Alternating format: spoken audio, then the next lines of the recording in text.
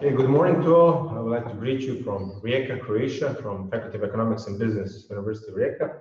So it's a pleasure to be here today with my colleague Vjeran Piršić from NGO Eko Kvarner.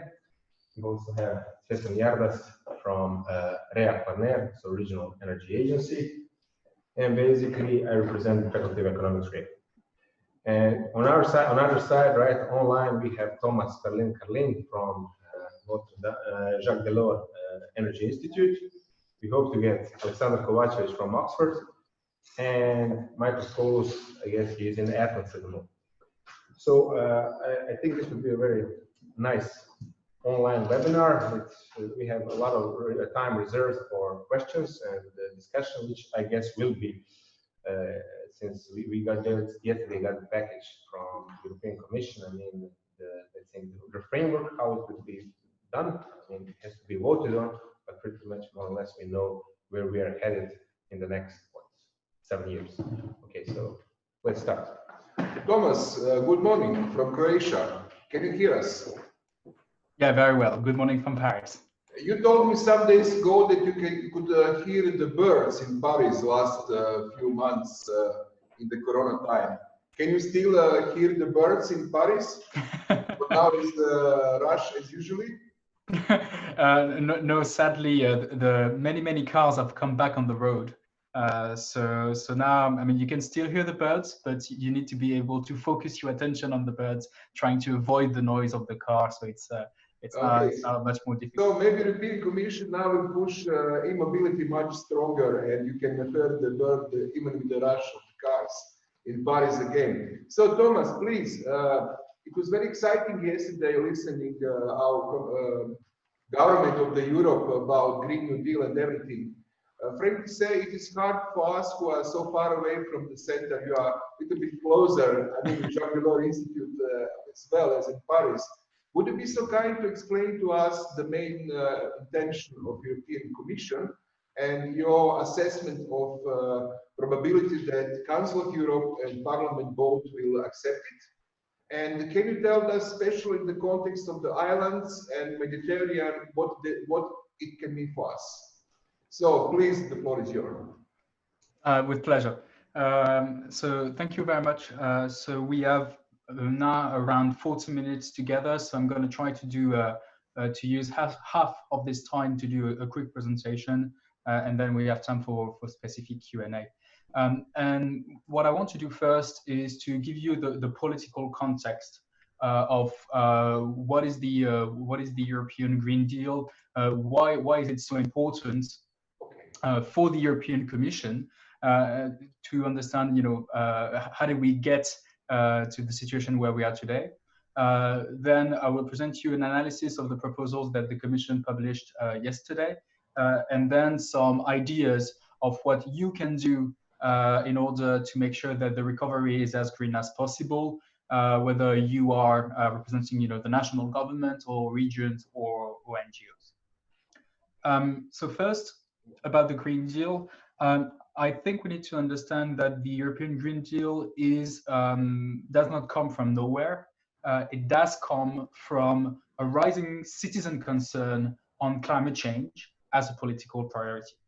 What you have here in front of you is a graph that shows the answer of Europeans to a simple question. The question is the one you can see here. What do you think are the two most important issues facing the European Union at the moment?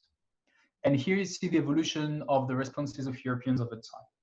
And what I want you to focus on is that 5 years ago, climate change and the environment were almost, nowhere. There were only 5% of the Europeans 5 years ago that answered that climate change or the environment were one of the big issues Europe was facing in 2014. And other topics like the economy or unemployment were polling much higher. If you fast forward to the last results we had, which are the end of 2019, so that's just before the COVID crisis, you see that climate change is the second most important political priority for European citizens. And that's a drastic change, really. And you see that this rise really started in 2017.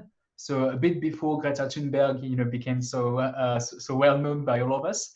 But it obviously skyrocketed also with the the youth movements and NGOs that were becoming very, very visible on the issue of climate. And so this means that for the European Commission today, delivering on fighting climate change, delivering on the Green Deal is not only something that they want to do because they think it's a good policy, but something that they must do if they want the European Union as a democratic body to remain popular among citizens and essentially to survive. And I think that's very, very much new, because it means that now the issue of climate change is a matter of political survival for the European Commission. And I think that's something totally new that we need to really keep in our minds. It's the Commission of Ursula von der Leyen, the current European Commission, is the first commission in European history that needs to deliver on climate in order to survive politically. So that's really something big. And by the way, this rising concern of citizens on climate, you also see that at the national level. So here, what you have are the answers to the same question, but this time focusing on the national level. So what are the two most important issues facing your country? So for instance, what are the two most important issues facing Croatia at the moment? And on average, European citizens were ranking health and social security as the #1 priority, and this was before the COVID crisis, and climate as a very close #2.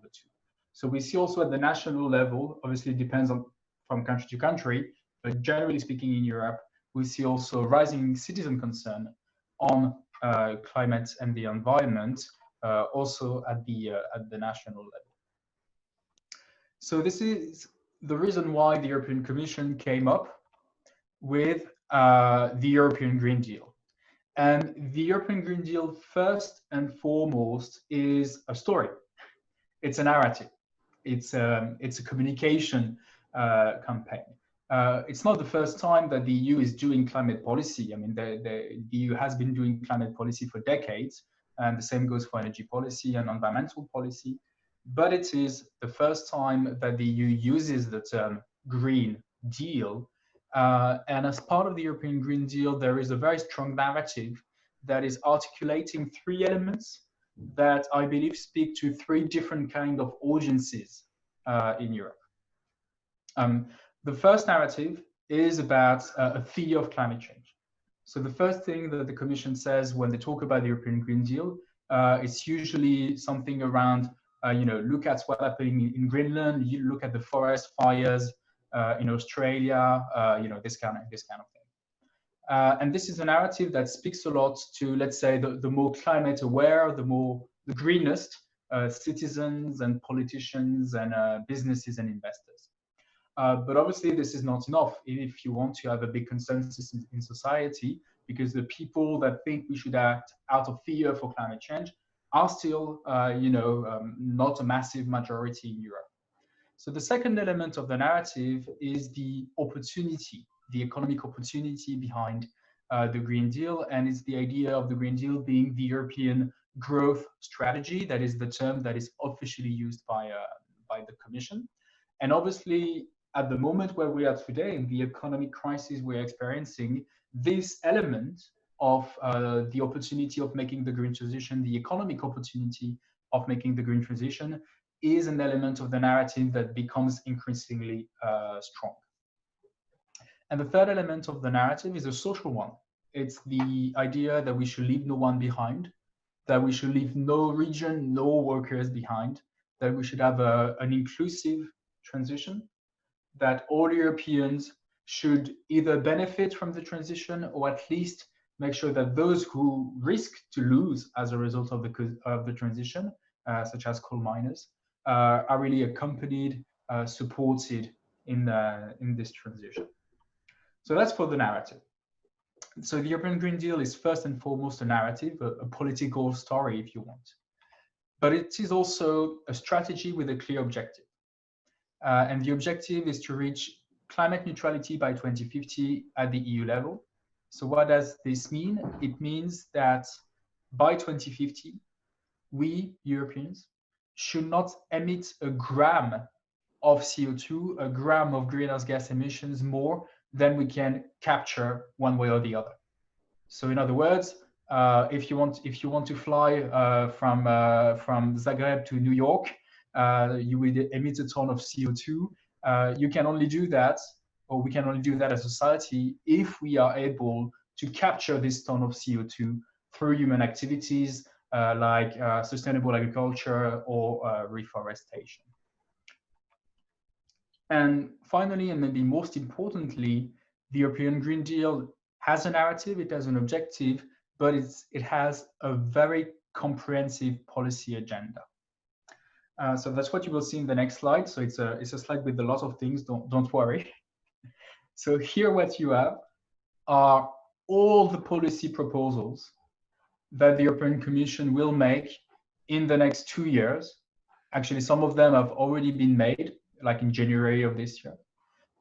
So those are all the proposals the Commission plans to make in the next 2 years to transform the narrative of the Green Deal into concrete policy measures, concrete regulations, concrete financial instruments that will help countries, regions, businesses, and citizens to transform the way they consume energy, to transform the way they eat, etc., to make the Green Deal a reality.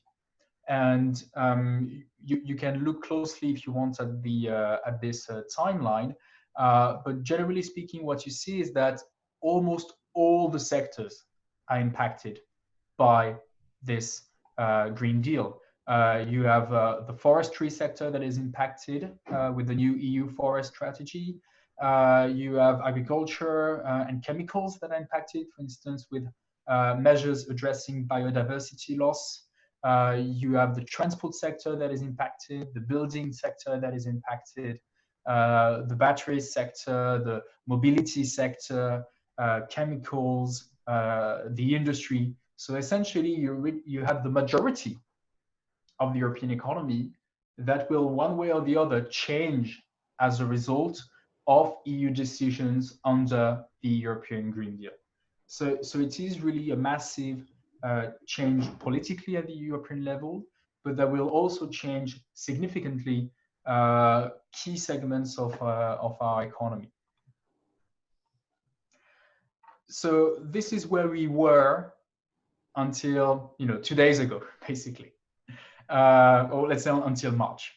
And then in March, it became very clear that the COVID health crisis was very severe for us in Europe, that thousands of Europeans were dying as a result of COVID, and also that the economic costs are very important because as a society, we chose to put human life before the economy.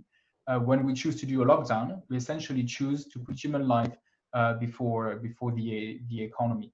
So as a result of our choices of putting the economy in lockdown to preserve human life, there have been a lot of negative economic impacts all over Europe. And the European Commission is now proposing a package to relaunch the European economy, and all the proposals were made yesterday. So what I'm going to do now is a first analysis of what the Commission proposed yesterday, and I spent with colleagues some hours yesterday afternoon and yesterday evening to do this this analysis for you this morning. So the European Commission proposes the following. The European Commission proposes to borrow 750 billion euros from financial markets. I should have checked, by the way, the GDP of Croatia, but I'm quite certain 750 billion euros is many, many times the GDP of Croatia, for instance. So here we're talking about a massive sum of money.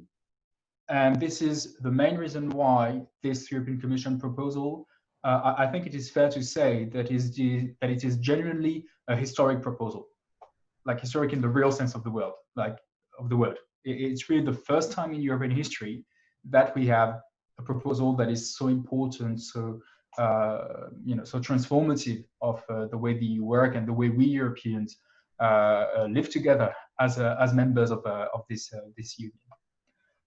This money, those 750 billion euros, will be handed to EU states. So your country, Croatia, will get some of this money. My country, France, will also get some of this money. This money will be given mostly in the form of grants. So it's the EU that is giving money grants. You don't need to repay that. So most likely Croatia will receive billions, if not tens of billions of euros of this money in grants that Croatia will not have to repay. There is also a capacity to access loans.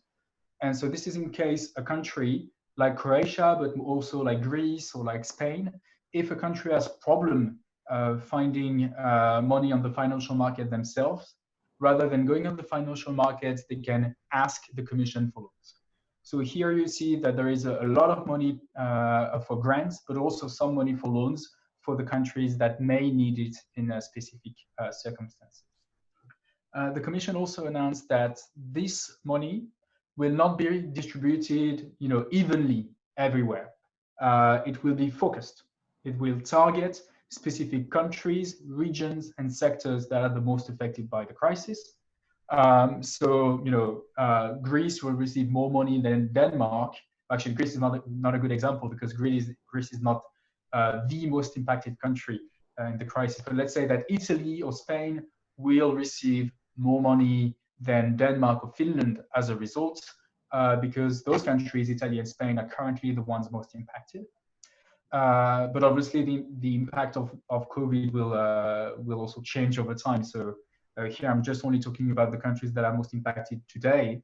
It doesn't mean that those same countries will be the most impacted tomorrow, especially if we have a second wave of COVID-19 in the winter. So that's for the country focus. But the Commission also wants to focus on sectors that are most affected by the crisis. And here, to be honest, currently we lack details to know which sectors would be supported. But I think this may be especially important for you, especially because two of the sectors most impacted by the crisis are tourism, as well as transport, including rail transport and naval transport. And finally, as part of the proposal of the Commission, so here what you have here is a quotation from the official document of the Commission. And their political stance is that through the economic recovery, we Europeans will press fast forward on the twin green and digital transition. So in other words, what the Commission is saying, we are not only going to do a recovery to allow the, let's say, the old economy to recover. We want to do a transformative recovery, a recovery that fosters, that accelerates the green transition and the digital transition of the economy. So this is very good, I believe, in terms of public stance. Then obviously what is lacking for now, at least, are the details of how the Commission can do that, and I will cover this later on. Also for your information, so this is a lot of money, 750 billion euros. The Commission also said how it expects to repay this debt. And so the debt will be repaid by the EU, so by the EU budget, and it will be repaid in the long term. So we borrow a lot of money today to invest today in the next 3-4 years to really get out of this crisis. And we will repay this money later on between 2028 and 2058. So that's really a long-term plan. That's also one of the reasons why I believe this is generally something that we can qualify as being a historic proposal by the Commission. So how will this be repaid? So we know that this will be repaid in the 2030s, in the 2040s, even in the 2050s. And this will be repaid by, well, at least the proposal of the Commission is to repay that through new EU resources. So the creation, if you want, of a new EU tax or EU levy. What the Commission proposes is a new EU tax on CO2 emissions under the emission trading scheme. So that's emissions coming from the aviation sector, from the power sector, the electricity sector, from the industry.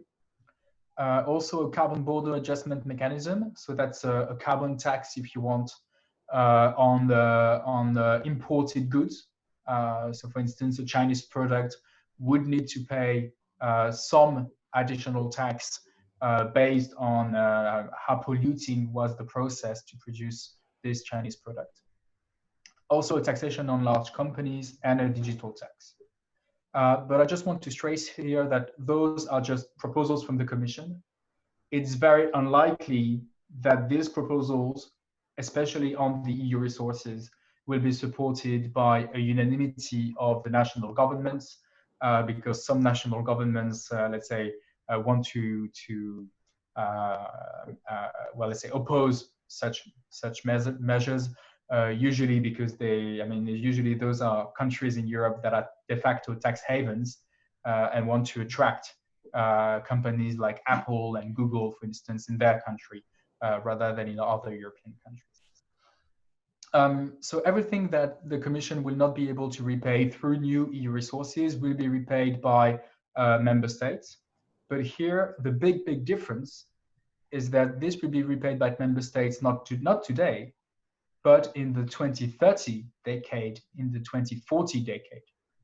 So the countries that are going to be, let's say, the countries that are going to pay the most to repay this debt are not the countries that are the richest today in Europe.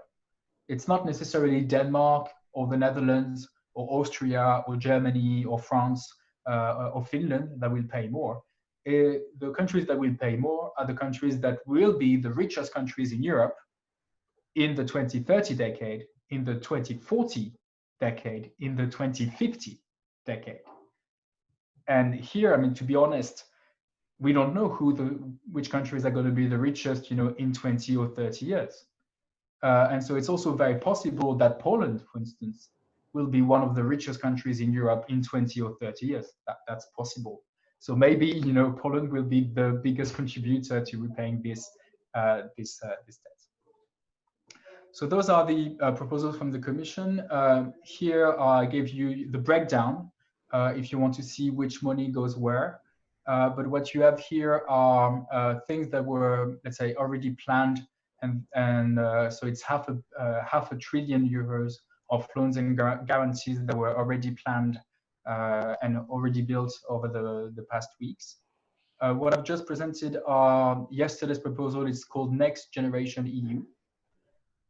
And on top of that, there is a sort of business as usual debate on the next EU budget.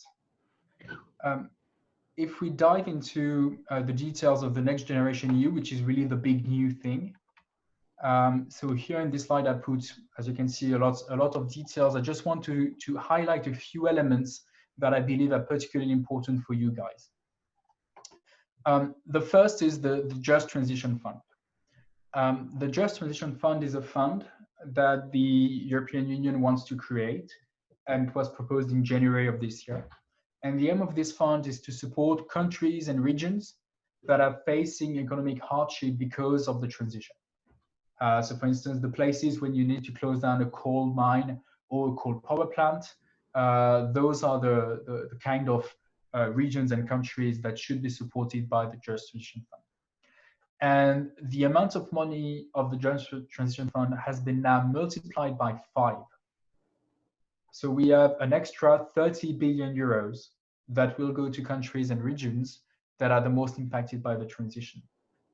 So what I would recommend, especially to people from the national government in Croatia, is since this budget has been multiplied by 5, I think you should dedicate 5 times more attention now to this budget and how it can be beneficial, not only to make sure that Croatia gets as much money as possible from use as much money as possible from this fund, but also to make sure that you use this money in a smart manner by financing projects that really transform the economy locally and that allow your cities, your regions to, well, essentially to become better off, to improve the conditions there as a result of the transition.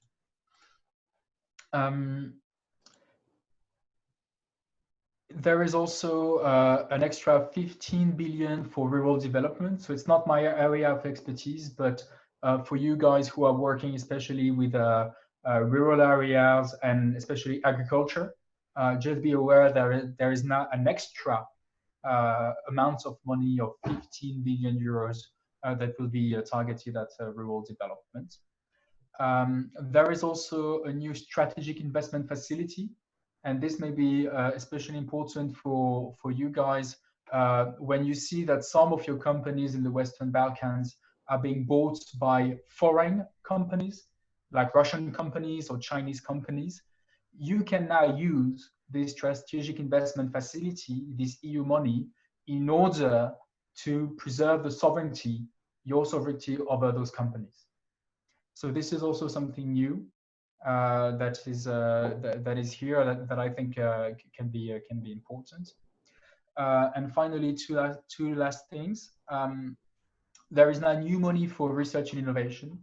So here we're talking about 13.5 billion euros, and so this is money that you can use to support research, for instance, at the Faculty of Economy, where you are sitting today. But also concrete innovation on the ground. If you want to experience, I don't know, a smart grid on an island, there is now more money to do that than before. If you want to support I don't know, a new business model for clean mobility on an island, that's also there is also now more money that is available for this. And there is also more money now for the neighborhood policy.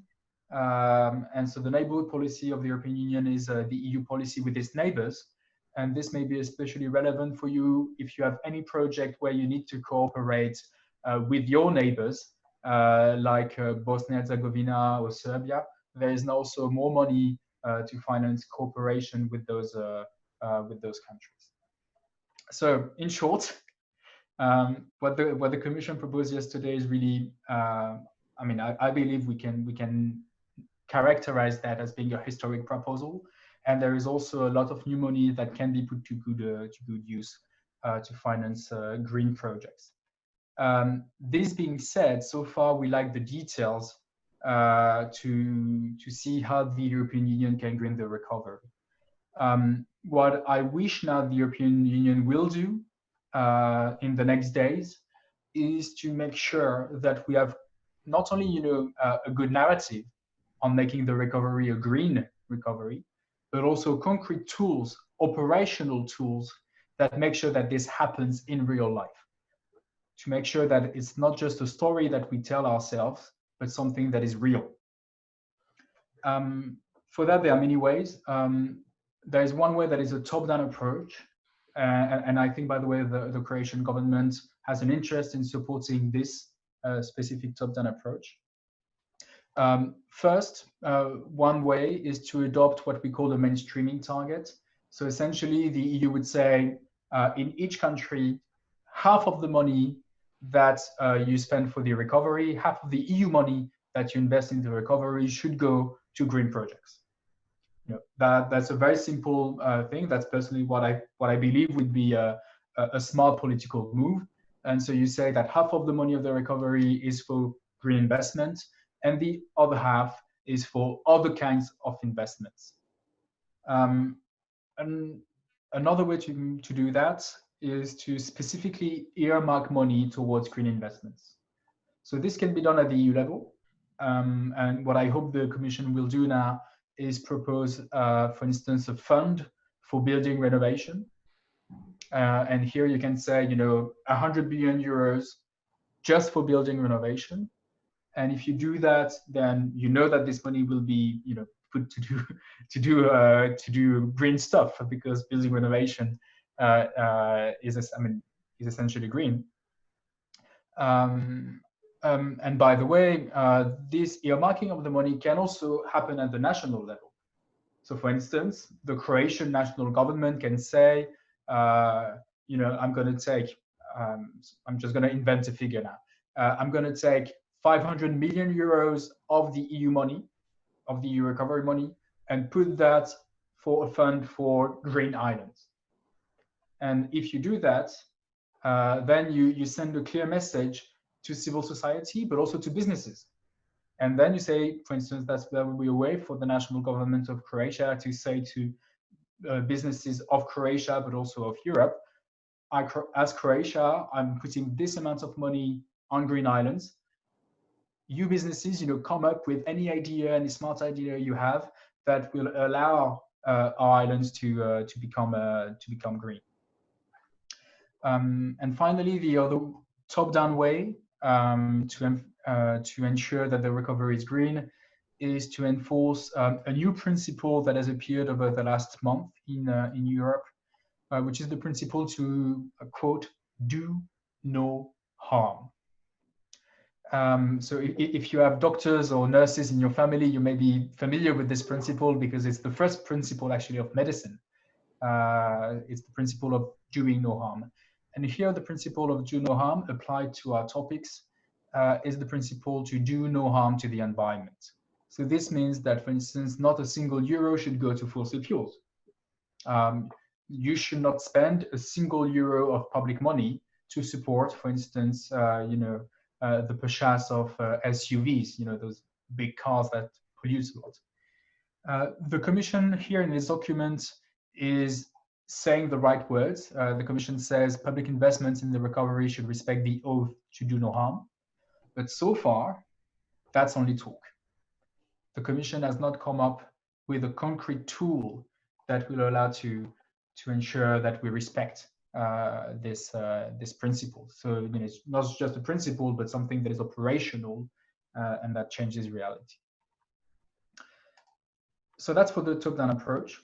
For the bottom-up approach, which is, I believe, specifically relevant for you, the bottom-up approach is to identify very concrete projects that at the same time do provide an economic stimulus and are also green projects.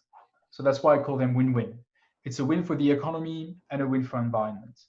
And here I put some examples of projects that can be done at the EU level. But obviously you can also think of projects that can be done at the national or the regional level. And just to give you, you know, maybe just 2 examples. Anything that is linked to electric vehicle is a smart way to stimulate the economy while making the economy green.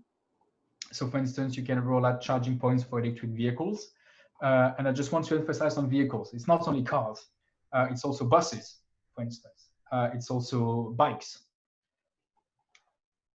Another way to do that, another way to do something that is good for the economy and good for the environment is also building renovation. And here, I mean, there is now enough money to renovate a lot of public buildings in Croatia as a nation, but also in specific regions in islands. And for instance, if you want to have something that is very politically visible, very also politically smart, is to focus on the renovation of schools. So for instance, you know, can Croatia make all Croatian schools green? So that's, you know, during the renovation of the school, installing on the school some renewable production, energy production. So that could be solar panels, but that could also be heat pumps, depending on what makes sense. And so those are things that can now be financed with a lot of the EU money that is now available for the recovery. So the next steps for you, I believe, your homework if you want, there are more details on the green dimension of the recovery that will be given by Vice President Timmermans. So he's the Vice President of the European Commission. And he's giving actually a press conference as we speak. So we will have more details this afternoon. And for you, for your country, your region, what I would recommend that you do is trying to identify all the projects that can deliver win-win.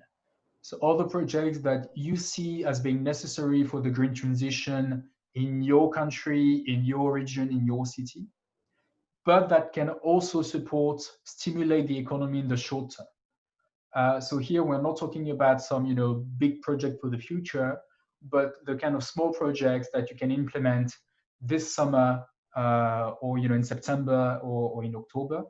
And I talk, generally speaking, about building renovation and clean mobility, but obviously you need to come up with very concrete operational projects that make sense in your city, in your region.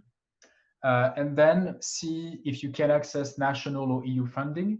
And this is where I believe the role of the Croatian government will be very much important in ensuring that the EU money can go directly to concrete projects in Croatia. And here you need to have a very good cooperation really between the government on the one hand, so the central government, the national government on the one hand, and local governments, cities, but also NGOs and small businesses on the other, in order to make sure that the EU money does not stay in Brussels, but that the EU money, reaches all the counties, all the islands in Croatia to finance projects that make sense locally, that are good for the local economy, and that are good for the green transition. And I thank you very much for your attention, and I'm happy to take questions you may have. Thank you, Thomas, for the lot of very interesting information. I think we already have some questions in the chat room. So would you be so kind to open the chat room and maybe find some questions for you? I think one lady from Croatia, from the University of Rijeka, already made one question. So yeah, so I'm reading the question out loud because I've not seen it yet. So the question from Lydia is, I wonder whether Croatia will use the money to worsen further its expensive waste management non-system, which produces greenhouse gases, and to develop sectors that put additional pressure on its carrying capacity. I don't believe this is really a question for me. Well, frankly said, this is a situation. We have a big discussion about waste management. But I will maybe reformulate the question. We know that the European Commission also support, for example, LNG terminal in Croatia. So who will have control if some proposed projects are enough green? Because we can see lack of expertise in the local bureaucracy, even with the best will, without corruption, can bring us to the non-sustainable project presented as a green. For example, it's very crucial discussion for me now, gas. Is gas green technology or not? Well, I mean, to this very last question, there is a simple answer. Natural gas is not green. I mean, the natural gas emits greenhouse gas emissions. So natural gas is not green. Then what you can consider to be green in the gases is definitely green hydrogen, but green hydrogen so far, so it's producing hydrogen through the electrolysis using renewable electricity. So far, this is more of, let's say, an innovation to be developed rather than something that is mainstream. To answer your question more generally, there is now a very concrete and precise EU toolbox that is called the Sustainable Finance Taxonomy. I'm writing that down in the chat. And this is, let's say, a document that looks at key sectors and say specifically what is considered to be green and what is not. The approach of the taxonomy is that for something to be considered green, first you need to deliver something that is, green. So, for instance, you need to reduce greenhouse gas emissions, or you need to preserve biodiversity, etc., etc. So that's the first criteria to be considered green under this taxonomy. There is a second criteria, which is the one I mentioned before, which is the do no harm criteria. So you need to be green, and also you need not to harm other green dimensions. So maybe let me give you an example, which was very much debated, especially by my national government in France. Is nuclear green? nuclear is good for climate, but nuclear poses a lot of concerns, environmental concerns, not on climate, but on other elements. And there has been a lot of debate actually in the EU to, in the end, conclude that nuclear can't consider to be green, because even if it is good for climate, it can and it does negatively impact other environmental concerns, especially if water pollution comes to mind in case of a nuclear accident. And so this taxonomy goes really into the details, and it's a tool that is being developed, but I believe that it's a tool that can already be used by the national government and by local governments to try to identify in the details what can be considered to be green. And this is a tool that will also change over time in order to take stock of the evolution of the new innovation and the new technologies. And so therefore something that is considered green today may not be considered to be green tomorrow, because tomorrow we will have better technologies and therefore we'll be able to be more ambitious. So to make it simple, we have 2 checkpoints in Europe to check is something what is proposed is really green or it is greenwash. Sorry?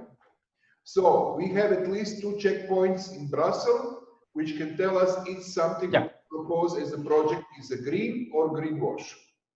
Yeah, absolutely. And what is very important, I believe, is that since this is something that is developed by experts at the EU level, it is less politicized. So you can use that as a point of reference. So for instance, you can use that as a point of reference in the conversation between the national and the local governments and the NGOs. I'm not saying that this taxonomy is perfect. Obviously, it's I mean, you can always debate of, you know, what is the where should you put the precise level, but at least it gives you something that you can use as a point of reference to say what is green and what is not green. Excellent. We have 2 more questions. One is Atana and then Professor Scoullos, if I can see good. Please, Atana, can you hear your question? Are you mute? Okay, Atana, please. Atana is a well-known NGO activist from Croatia, from city of Zadar. Sorry, I didn't have any question. I don't know how it's going that I have it. Okay, then please we can switch to another. This is Professor Michael Scoullos from Athens, who is our next speaker as well. Please, Professor Scoullos. Can you hear us? Can we hear you? You are still mute. Michael, can you hear us? If not, Professor Saša, our host, have a question, so please. Well, you were mentioning gradual border adjustment mechanism. So I guess we are going towards that direction. So, I mean, okay, it's a smart move to basically tax imported goods from less developed, let's say, dirtier countries. So definitely a move to slow down China, India, South Asia.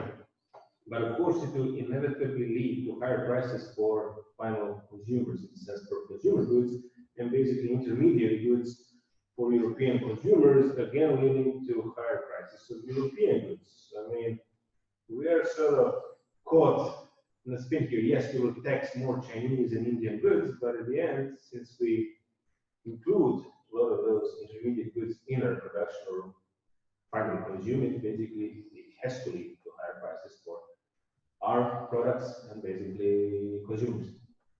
Your take on that? So the objective of the carbon border adjustment mechanism is not, I mean, the first objective is not to tax foreign goods. The objective is to give an incentive to other countries to adopt environmental taxation at home and to adopt environmental rules at home. So for instance, so I would rather see that as a, let's say, an external tool, a diplomatic tool in a way.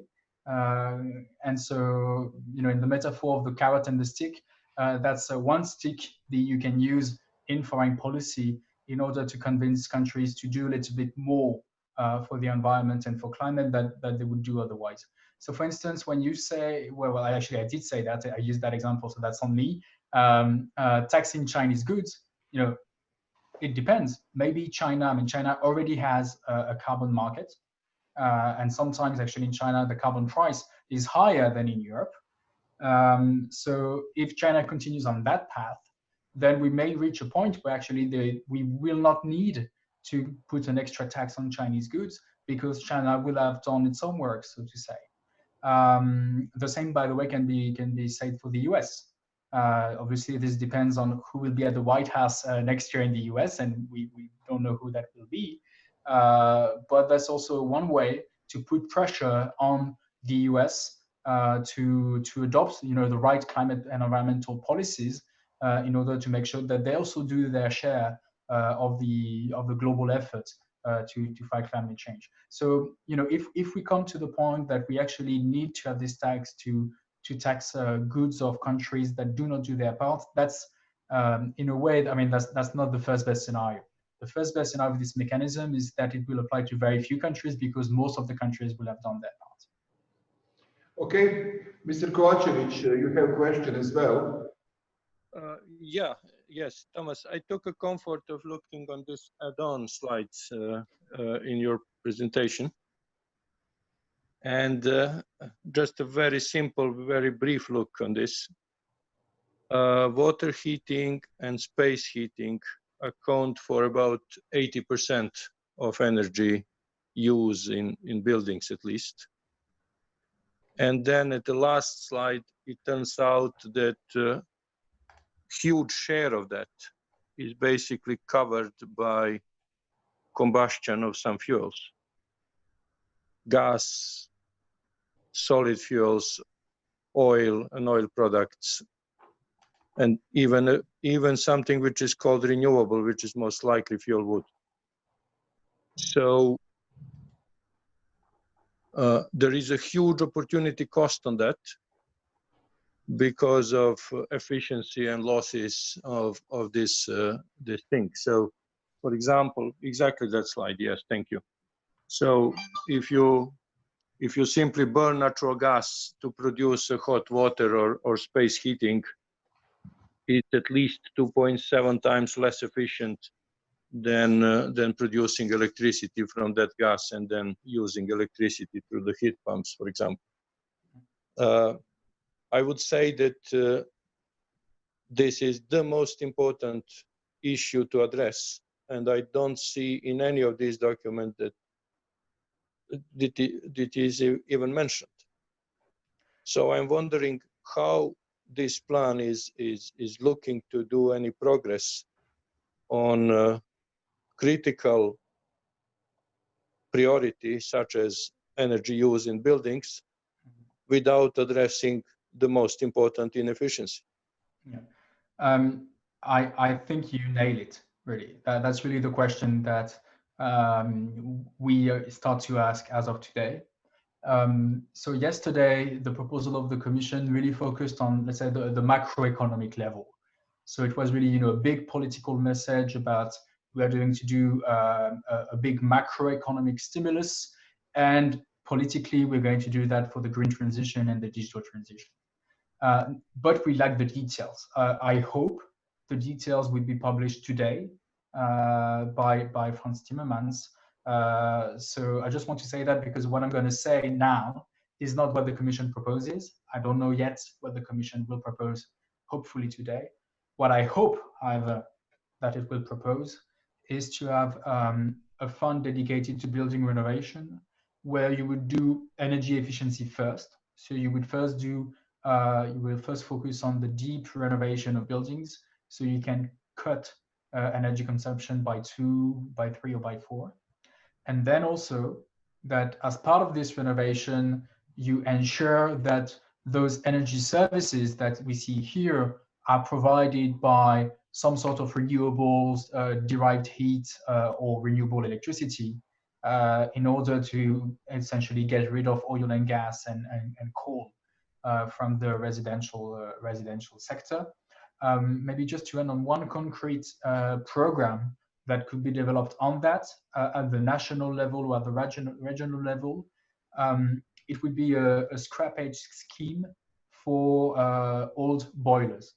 So if you have a coal boiler, an oil boiler, or even a natural gas boiler, the government could give you 1,000, 2,000, 3,000 euros to get rid of this old fossil fuel boiler and replace that by something that is new and renewable. It could be a heat pump, could be a renewable biomass if it makes sense in the area where it is developed.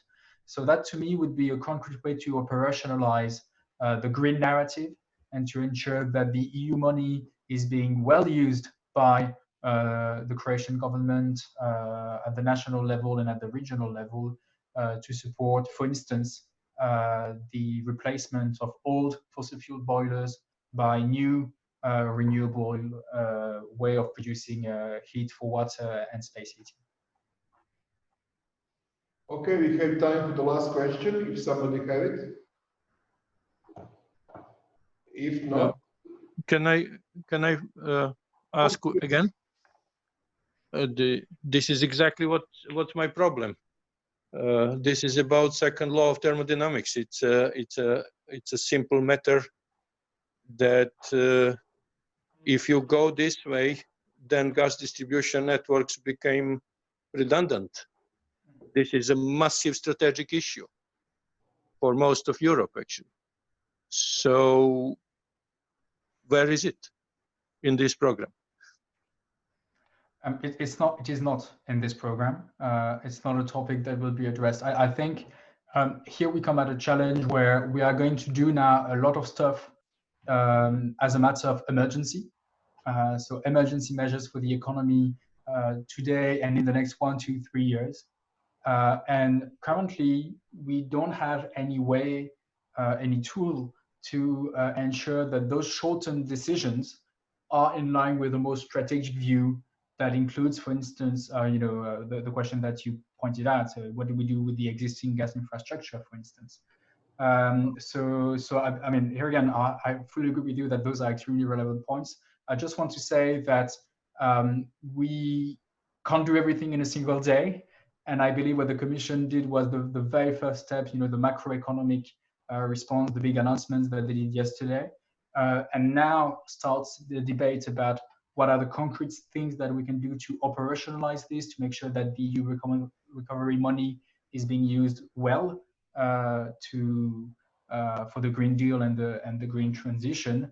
And as we enter this debate, and this debate will take several months, then obviously we should also include the long-term consequences, the more, let's say, comprehensive approach that you just presented.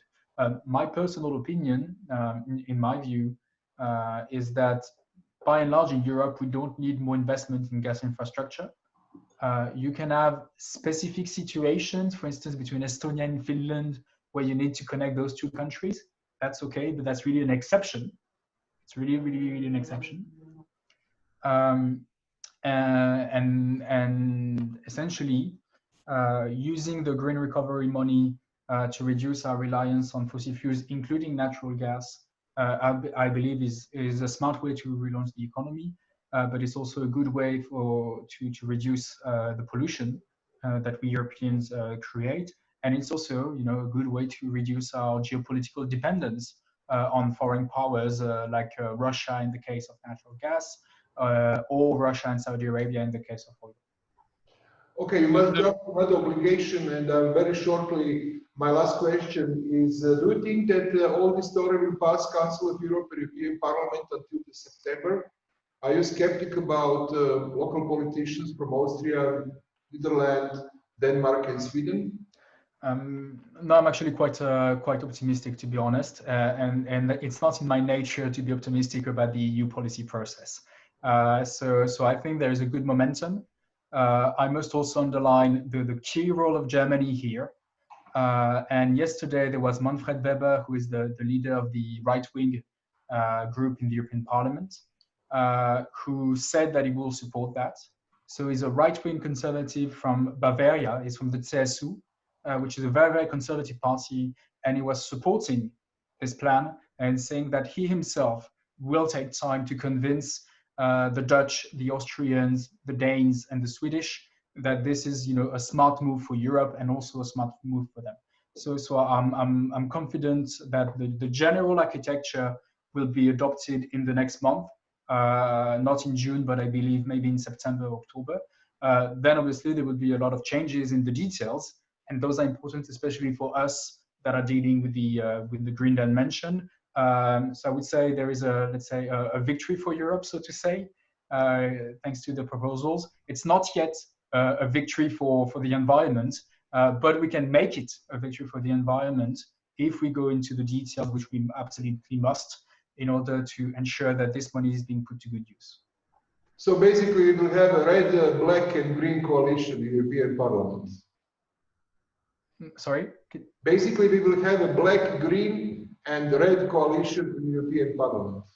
Well, we'll see. But in the European Parliament, usually now it's a coalition between 4 parties. So the Social Democrats, the left wing, the Greens, the centrist liberals, and the right wing, and they're working together as we speak. Thomas, thank you very much. I hope to see Croatia maybe even this year. You had to be here with us maybe this week, but because coronavirus, I hope you can hear your birds again in Paris. Thank you a lot. Thank you. Goodbye. Bye. So Thomas had to leave us now because he have another webinar, but I'm extremely happy to say very hot welcome to Professor Michael Scoullos in Athens. Professor Scoullos, Kalimero. We can't hear you. Excuse me, can you check the mute? 1 second. 1 second. Professor Scoullos, you must check the mute at your computer. I think you are still mute on your computer. We can't hear you. Can you do something with your computer, please?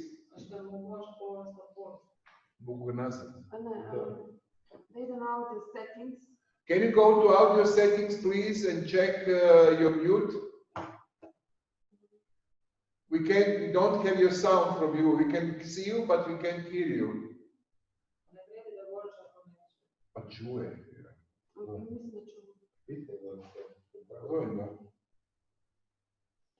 Just a moment, I'm going to call Professor on the mobile.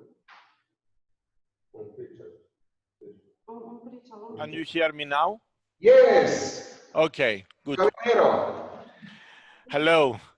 Hello. Very nice to be with you. And let me introduce you for the 2 minutes, please. Yes. We're really honored to have Professor Scoullos with us because he's a living legend of the protection of Mediterranean. His CV is so long, so I can take 1 hour to tell everything what he made in his long professional career. But very shortly, we in NGO sector think that Professor Scoullos is a guru for us, our teacher and our leader. Professor Scoullos, I think we heard very interesting presentation from our friend Thomas from Paris. But when we come to Mediterranean, we have 2 different situations. As first, we have so much, so fantastic, nice islands, and they always was, and they are still a challenge of sustainability in the last few thousand years. So we are now focused very much on the energy transition, but as we spoke in the preparing of this webinar, the story is much more complex. The sustainability, which I prefer more than sustainable development, because Coca-Cola now speaks about sustainable development, is really challenge in Mediterranean, especially on the islands. So maybe also you can take, it is one question, and second, maybe we need a new paradigm, if we can use this excellent old Greek word. How do you pronounce paradigm as well? Yes. Maybe we need paradigma in Greek. Paradigma, okay. Maybe we need new paradigm on Mediterranean to really have the benefit of this big money and a lot of new ideas coming from Brussels. So please, would you be so kind to take the floor and give us more holistic approach for sustainability of Mediterranean, and what is the really challenge, what is the really problems of Mediterranean, please? Okay, first of all, thank you for this opportunity, and also for having the opportunity to attend the previous speaker. the questions you asked me are not in the presentation I have prepared, but I start by saying that the problems in the Mediterranean, and actually you sent us a question also this morning, why progress only in the north and not in the south? There are a number of reasons for that. No. There are a number of reasons for that. The main reason, I believe, is that in the Mediterranean we had for many years to follow others. We didn't have initiatives, at least in the areas of economy. So we always relied on progress of others, and we were the second or third, let's say, users of this innovation. And this goes back partly to the question put before about how feasible will be for Europe, or particularly for Southern Europe, to really benefit from this new package, which is historic indeed. This is why I start by saying that we need to consider more even than in the rest of Europe, integrated approaches. And I start by saying by a statement that was made 5 years ago, but I was recently in Lebanon and I had a similar introduction by major economic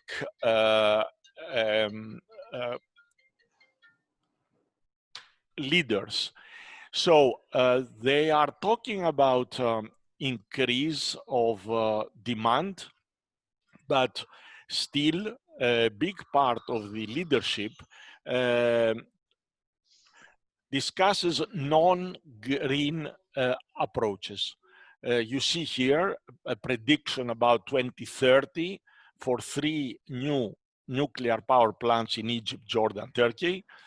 Energy security based to a certain extent on energy economy, but also to natural gas, which are predictions and visions typical of business as usual of the sectoral energy policy. And this is one of the reasons of the problems in Europe, in Southern Europe and the Mediterranean, the very sectoral approaches and based exclusively on fossil fuel. I have to say that despite the fact that in Europe already we have, for the first time in last year, the clean energy higher than the fossil fuel, there is a very important move in using the gas in countries like Greece, Cyprus, Turkey, Egypt, risking having even armed conflicts among countries about using the natural gas of offshore wells. So you see that we are in parallel using different tracks, and this will be one of the most difficult ways to follow quickly the new vision. I think this is a key issue. And here, I believe that islands and small decentralized systems could be the pioneers of a transition, of a change. We still see here, for example, that in the south, the percentage of fossil fuel use is much higher than the north. And among the 11 states that already have met the 2020 renewable energy, you don't find Mediterranean countries. So Slovenia is very close there. The difficulties is because in most countries there is a big competition also among ministries, agencies, and users on policies and strategies that do not allow renewable energies to be at the top of the agenda. So there is a need, and this is where I focus my presentation, for the promotion of renewable energies in a convincing way, supporting key priorities that are linked with the EU Green Deal. And this is why I have chosen the most integrated approach, which is the nexus of water, energy, food, and ecosystems, as an important way, strategy, policy, in order to promote also at all levels, centrally at national level, but even more interesting for the islands and small places, this approach, instead of just clean energy per se. The one does not at all weakens the priority of energy. It strengthens that. The nexus was introduced already in almost 10 years ago. And it was introduced at that time mostly by water people to bring in energy and water together because of the huge needs of water sector, huge needs of energy by water sector.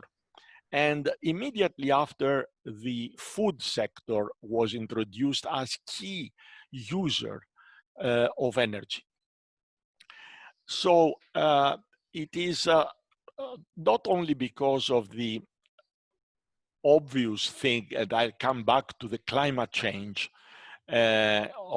which is, as it was said by the previous speaker, in the root of the Green Deal.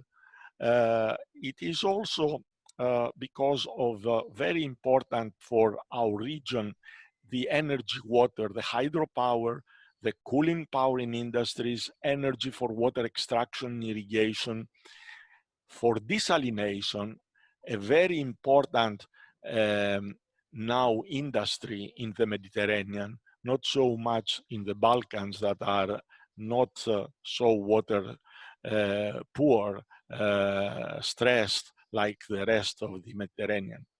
And then in the energy and food, agricultural production, harvesting, livestock, transport, treatment of foodstuffs, and all the rest. So also the link to ecosystems and biodiversity, which are important chapters in the Green Deal, is in a very obvious and elegant way linked with projects of energy. The energy production and consumption, and most importantly, the source of energy, shifting to concentrated solar power, other renewable energy sources, We are talking also about big systems in the south, in the Sahara Desert, which are part of the vision and the within the neighborhood also policies of the European Union have to be taken into account, because we have in parallel several priorities also within the renewable energies. This is why particularly MIO has introduced ecosystems. MIO and the Global Water Partnership Mediterranean has introduced ecosystems as the fourth facet of the policy cycle of the nexus, because it is very important at this moment to concentrate in changing the tensions that the nexus represents, because each one of these sectors actually tries to influence policies towards its end to the as a system of convergence. The convergence, this allows for a space, the space within this tetrahedron, where there are different mixes of policies in order to allow for equitable entry points, but differentiated within this tetrahedron, with this enough space for responding to the specific needs of a specific site or a specific sector. This is exactly what is the idea, and this actually corresponds fully to the sustainable development approaches and the philosophy behind the achievement or simultaneous achievement of several of the sustainable development goals. And this is important for policies and strategies, not only at the top level, but also at the local level. It brings together strengths from different sectors, and this helps very much to turn a competition into a coalition. So of course, we have to understand the difference in elasticity of each one of them. And for example, the elasticity, the least elastic, is of course the ecosystems. So when we are considering integrated policies, we have to see also to take into account also this parameter in locating a particular generation, wind generation, or infrastructures, and all what we are discussing. What is very important is that through nexus, you make the right choices. For example, you see that for all kind, you see for desalination, you need by far more energy than for wastewater reuse and wastewater treatment. So this nexus approach leads to choices that can be wiser, and wiser from many points of view, and from the economic point of view, most importantly. Here is one map of the existing, under construction, and planned hydropower stations in the Balkans. You see also in Croatia, but also the neighborhood, how many are these? And some of these, if we consider the nexus approach, might not be justifiable because of damages. So I go back to what it was said before by Thomas about the no harm approach. So it is very important that we understand that with this new approach, we have in front of us a revolutionary approach. I don't know if the countries will support fully this historic initiative, but we as environmentalists and supporters of sustainable development, particularly in decentralized, in islands and decentralized systems, the thinking of decentralized thinking has to be of great support of the Green Deal. Of course, we'll wait to see all the details in the coming days. Let me go a little bit to another support of our vision. We have to use not just models, but results. And this is a result. You see that in the red areas are the ones already most affected by water scarcity. Doesn't make, you see, even in the area of the Adriatic, this doesn't mean that we don't have water. It is that has been affected and will be affected more. But this is what we see already. For example, in the last few years, you see from 70s to 2010, and this continues actually the last decade, we had most of the driest winters in the region since the beginning of the 20th century. And this is not model. These are results. And when we get into the bigger picture of the Mediterranean, and if you see that all the red area here, where we have more than 10 million people living at the moment approaching 13 or 14, and these areas are in less than 1 meter above the sea level, you understand the threats for these people.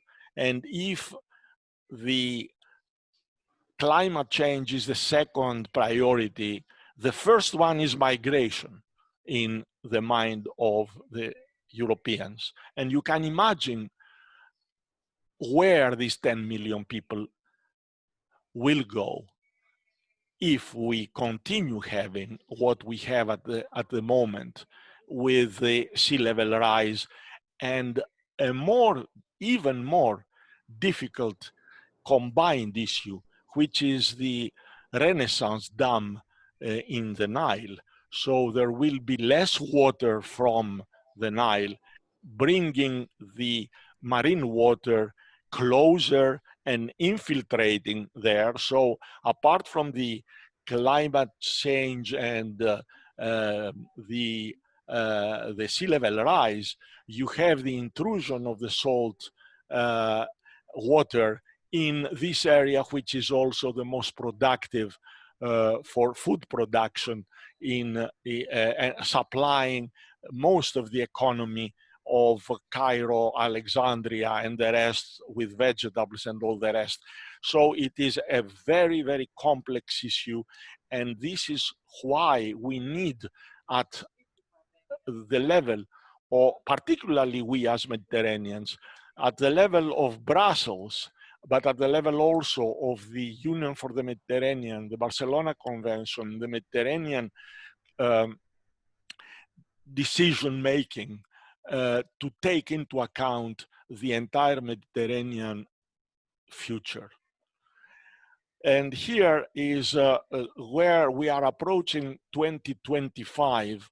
And you see that when we go from the 90s, where the risk was only many, but only localized, we are approaching the third level, where we have negative, permanent negative impacts on regions, and the Mediterranean is one of them.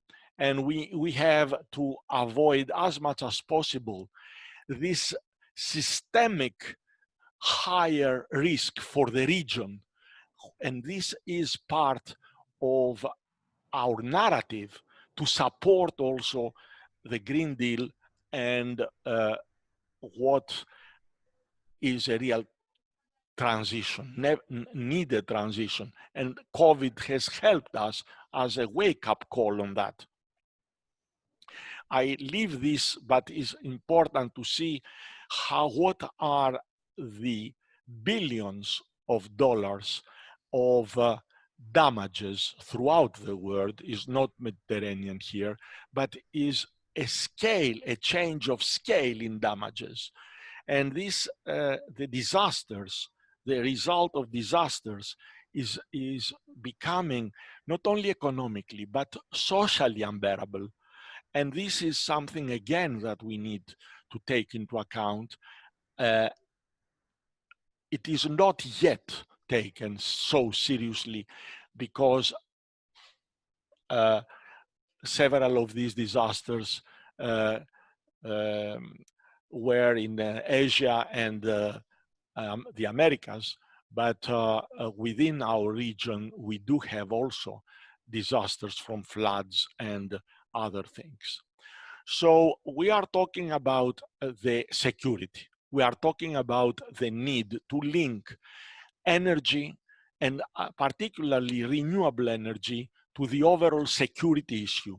The security issue goes also beyond the physical availability due to very complex interactions between the natural and socioeconomic systems.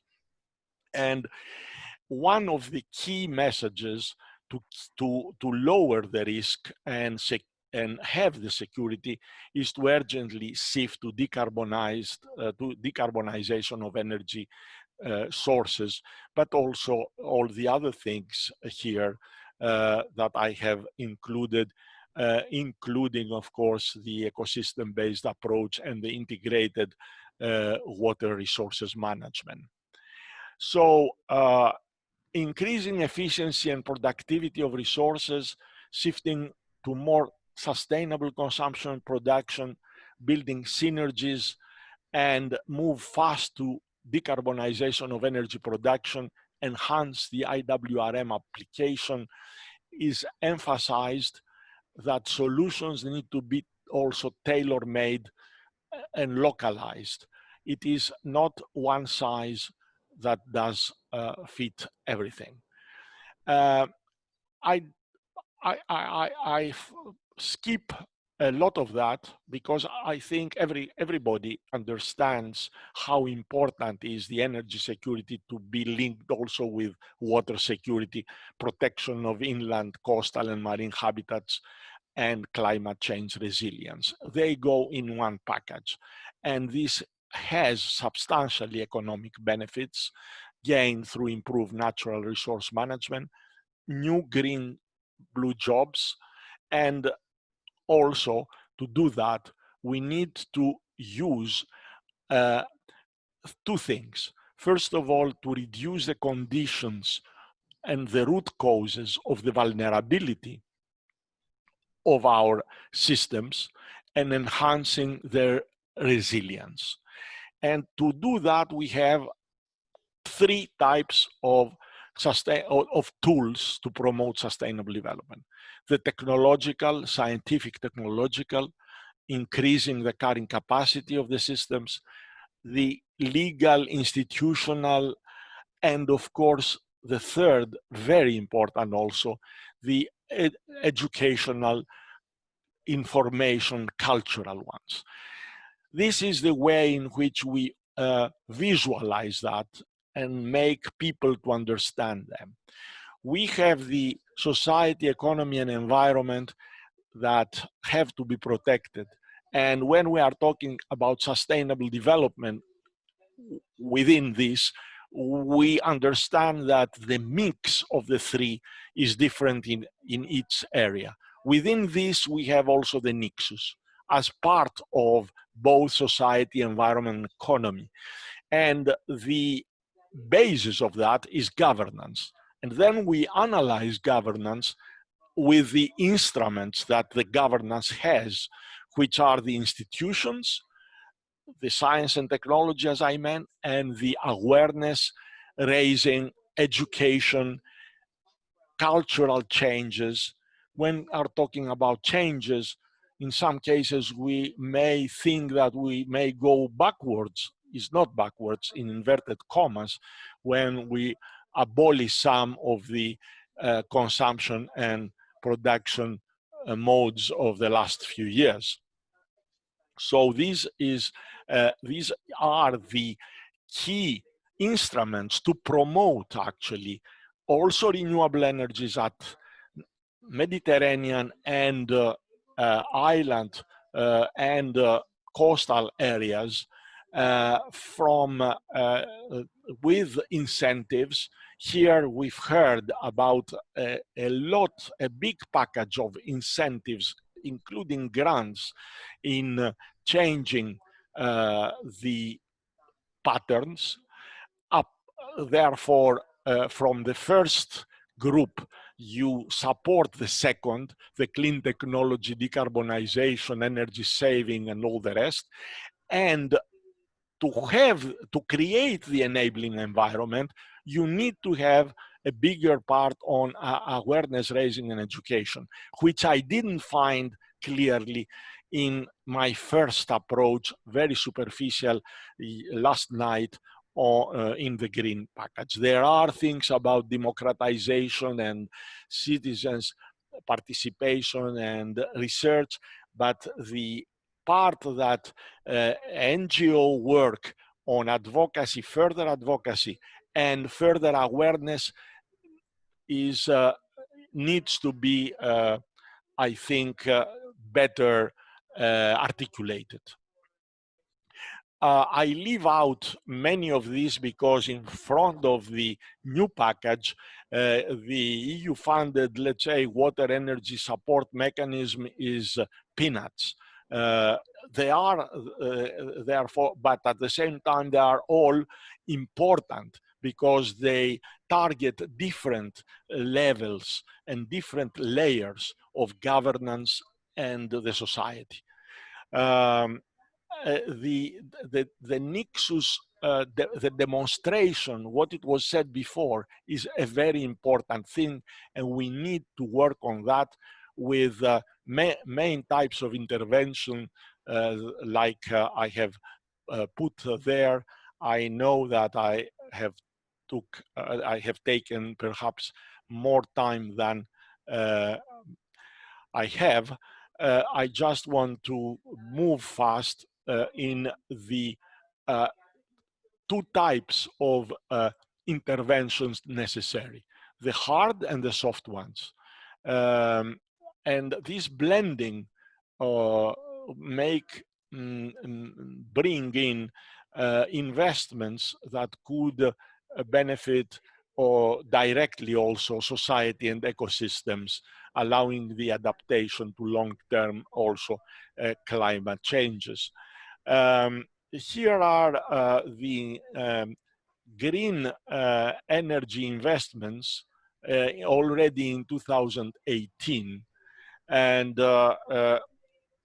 we know that in 19, we had even a higher investment there. These were just from the Reuters before the Commission's announcements. Many of these have been confirmed, as you've heard already, and among them are some that are immediately usable, and others like green hydrogen, which is a very big, not just program, it's a vision of totally changing the European leadership, let's say, in the energy sector, may come later in the next decade. Well, this announcement for approximately 2 million electric and hydrogen vehicle charging stations to 25 is very ambitious, but perhaps necessary. I leave the rest, but for the water-focused investment, you see that we insist on decarbonized energy solutions for the water abstraction and desalination. Desalination is a necessity for many countries. I remind you that Malta, an island at the moment, has more than 70% of its resources based on desalination. Cyprus also very high. These are directly linked with energy consumption. This is why also we need the non-conventional water resources.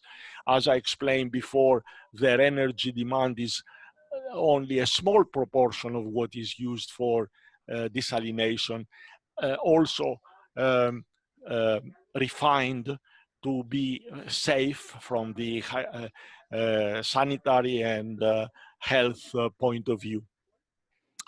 I give you here one example from the Canary Island, where they had a very innovative way combining wind with hydro energy.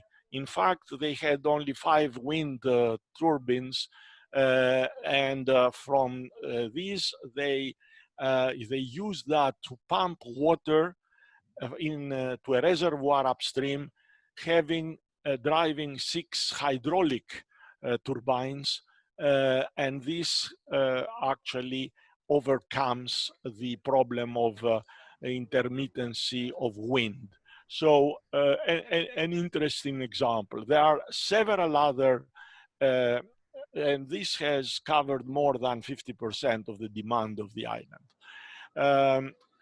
There are many initiatives by the Convent of Mayors, which is international, but with more strength in Europe, launched in 2008. And at the moment, it is not only the EU climate, but also other, energy targets.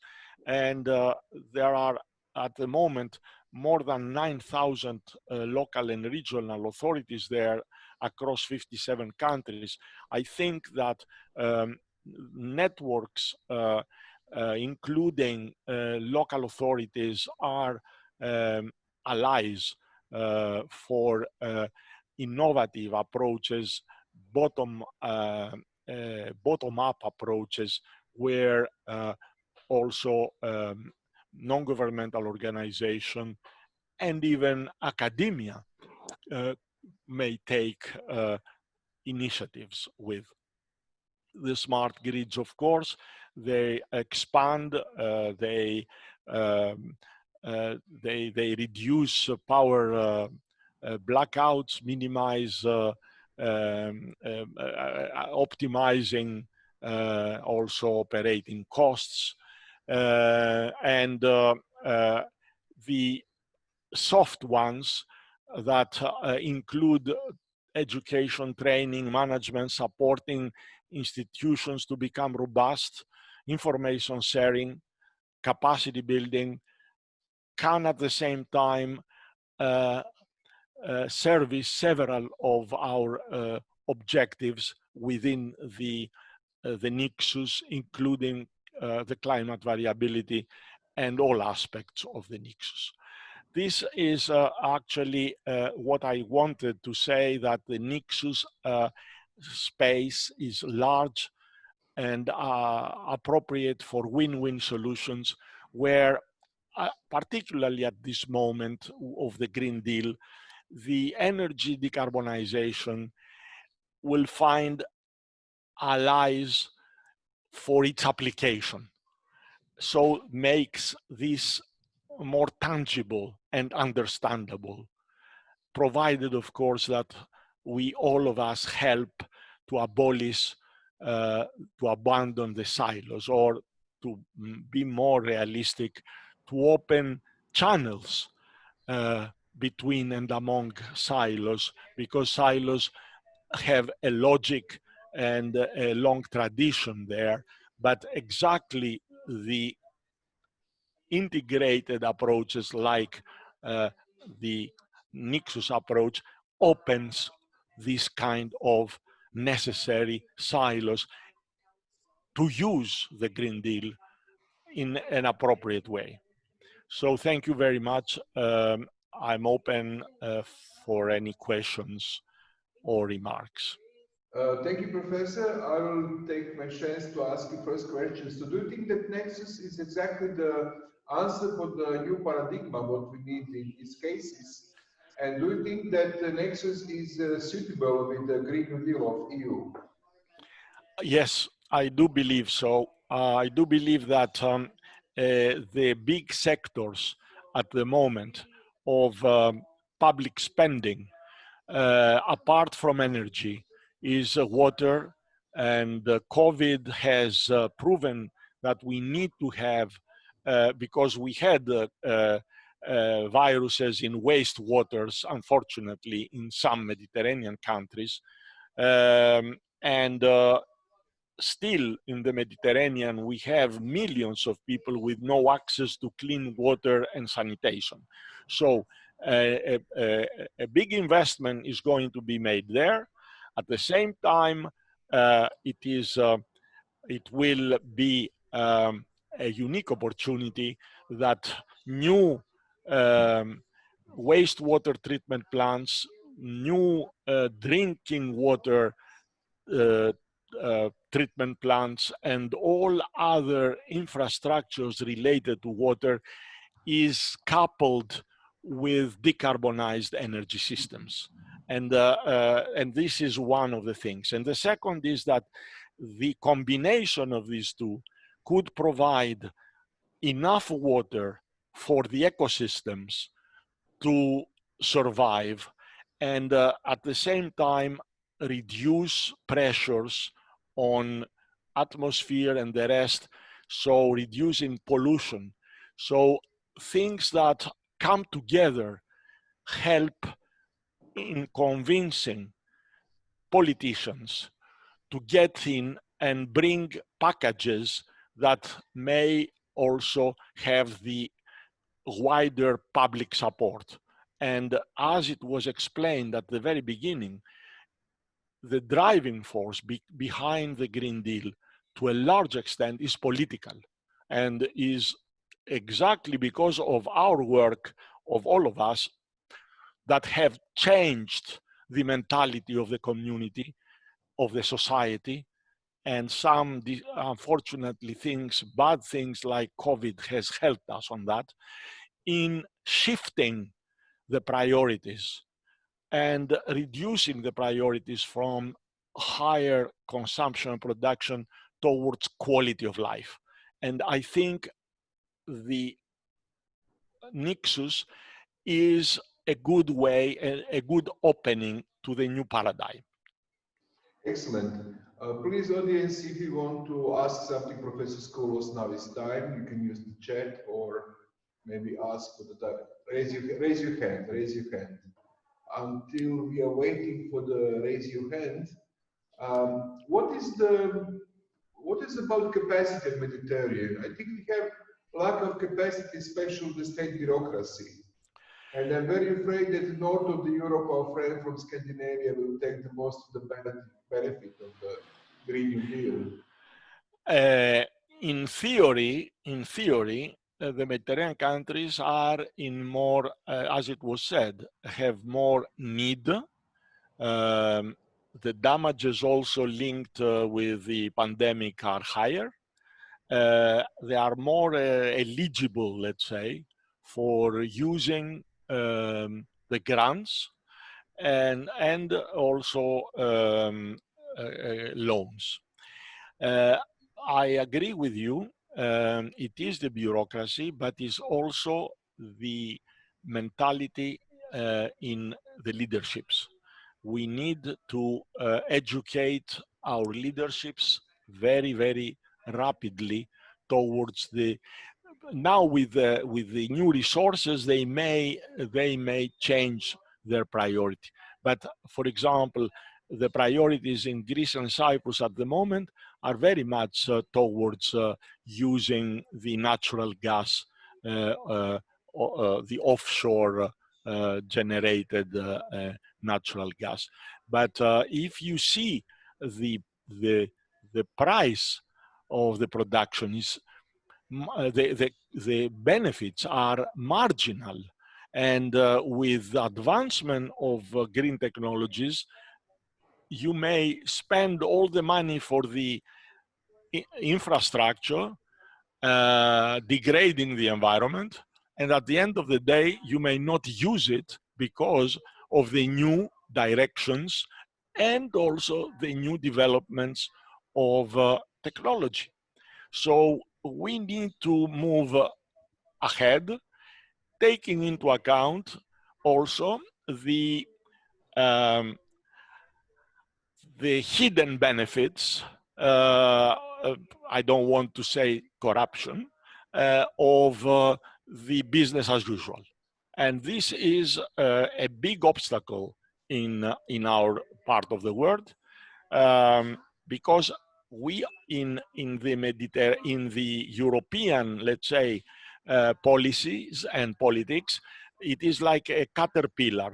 You have the head, which is going very fast to the new directions, and the tails that understand the intentions of the head with some delay. We need to try to shorten this distance and try to use, let's say, not the caterpillar, but the butterfly phase in order to move fast. Are you optimistic? I am, because I believe that in the first phase, the reactions will be from the north and not from the south. Some of the countries of the north might that have already invested in different priorities than the Green Deal might be more conservative. And what it was said about the nuclear power, I'm sure that their reaction will be, they are not happy that nuclear energy is not considered 100% green. And the no harm principle has been introduced. So I think that I expect reactions from many different ends. However, the incentive of using this big package will find also many supporters. So this year is a watershed year. We'll see if Europe could actually be a global pioneer, because if Europe adopts fully the Green Deal and what is there, this will force other countries and other big decision players in the international markets to reorient their priorities. I'm relatively optimistic that with difficulties we'll move to the right direction. It is a political also survival of the European Union at stake. So it has to come with a big a vision and tools to make this vision applied and understandable by everybody. And this is the only way to do that, through a vision that is ahead of the national visions. And this may actually become a leadership vision. That is my hope, my hope.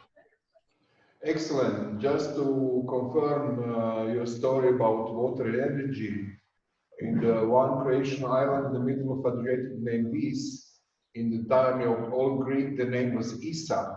It was one of the Greek colonies in Adriatic. They have water under the ground, but they don't have energy to pump the water. They have 5 water pumps, and from time to time they have lack of energy, but even if they have it, now it's too expensive to drill for the water. So really we are facing this situation. So do we have any questions from audience maybe? Nobody raised their hand? No. Professor Scoullos, I hope also to see you very soon in Croatia, or maybe to see each other in Athens. I deeply agree with you in the... Yes, we are always welcome, of course. You know very well.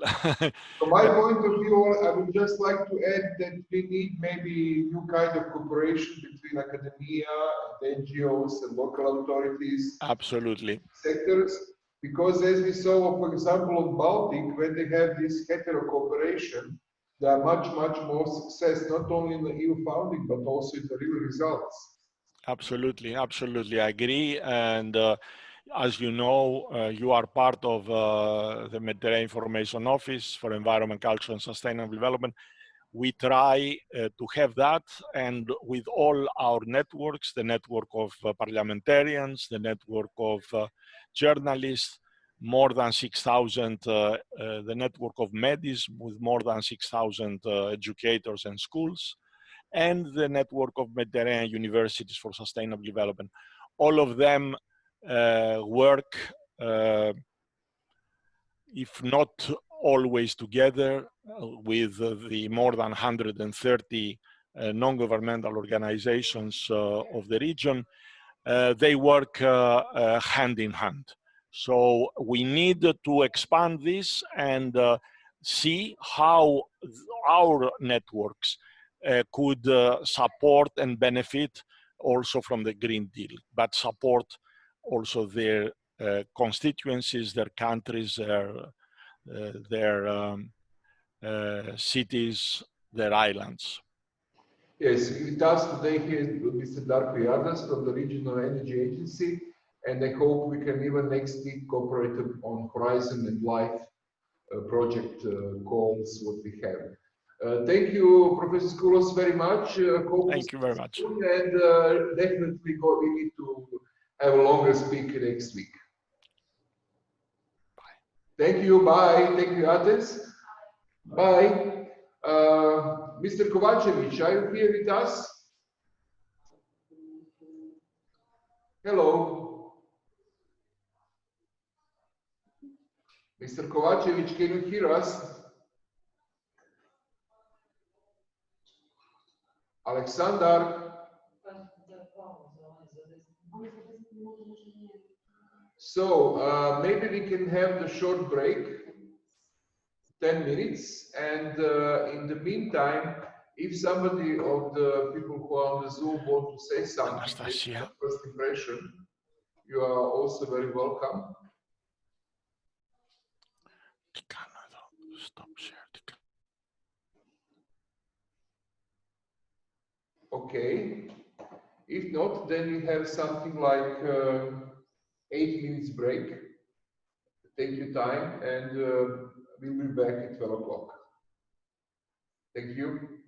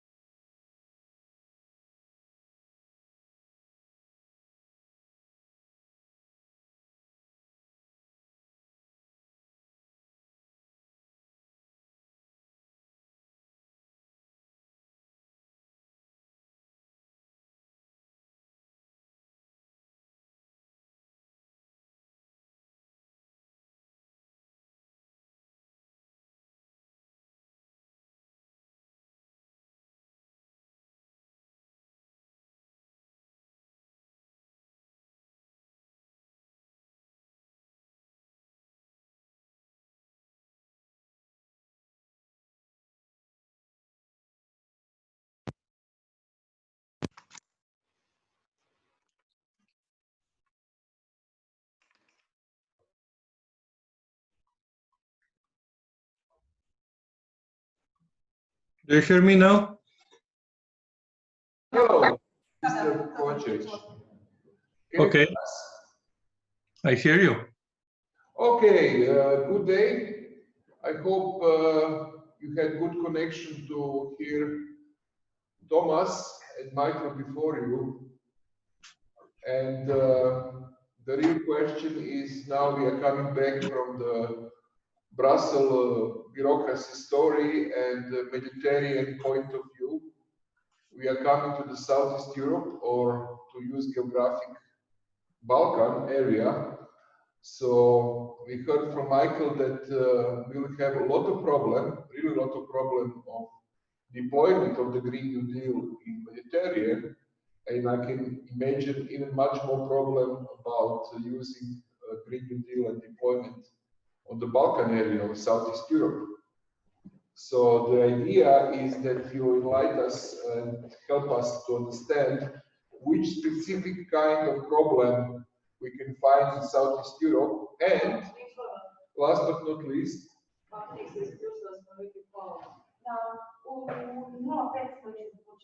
okay, so basically we have some few minutes more, people are off, and well, to everybody who is still with us, I think you should explain which specific problem we can accept here.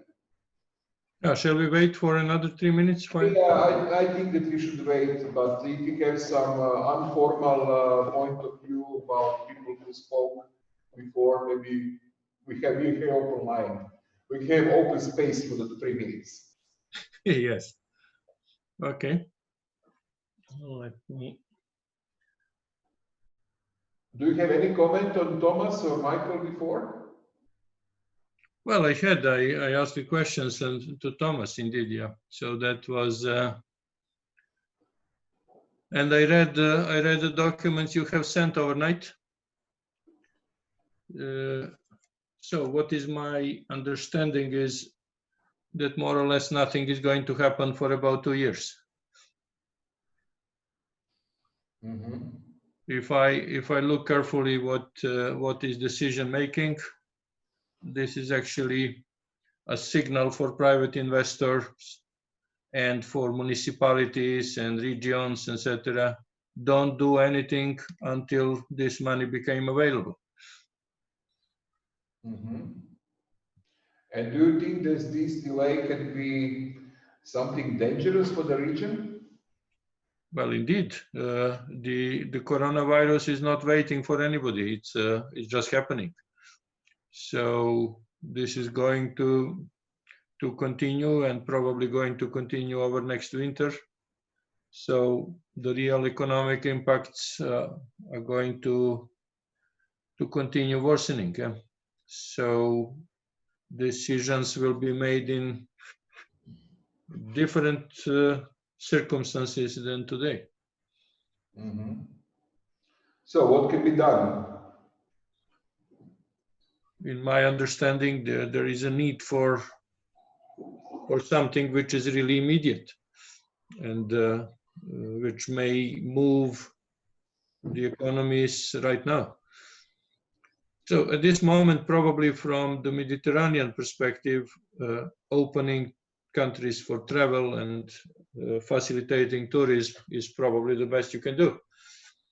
But making sure that this is not going to create another outbreak of the epidemic of the coronavirus, and I'm not quite sure that all the countries are able to do that. Croatia probably is, but what happened with other countries around Mediterranean? What is going to happen with people traveling around, etc. So we also know that actually the winter tourism in northern Italy or Alps in Austria and whatever been essentially an outbreak in northern Italy. So, and good part of Europe, as a matter of fact. So it's a question what really is going to happen after or during tourist season. So we can, sorry? I see. So we passed 12 o'clock. Maybe we can start. Okay. So please, Aleksandar, be so kind to give us your presentation about this view of Greek. Yes, I have to share the screen. Southeast Europe. I'll share the screen just a moment. Yes. Should be this one.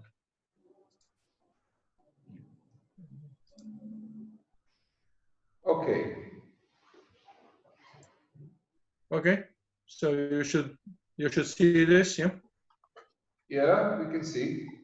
Good. Everybody can see. So please, let's start.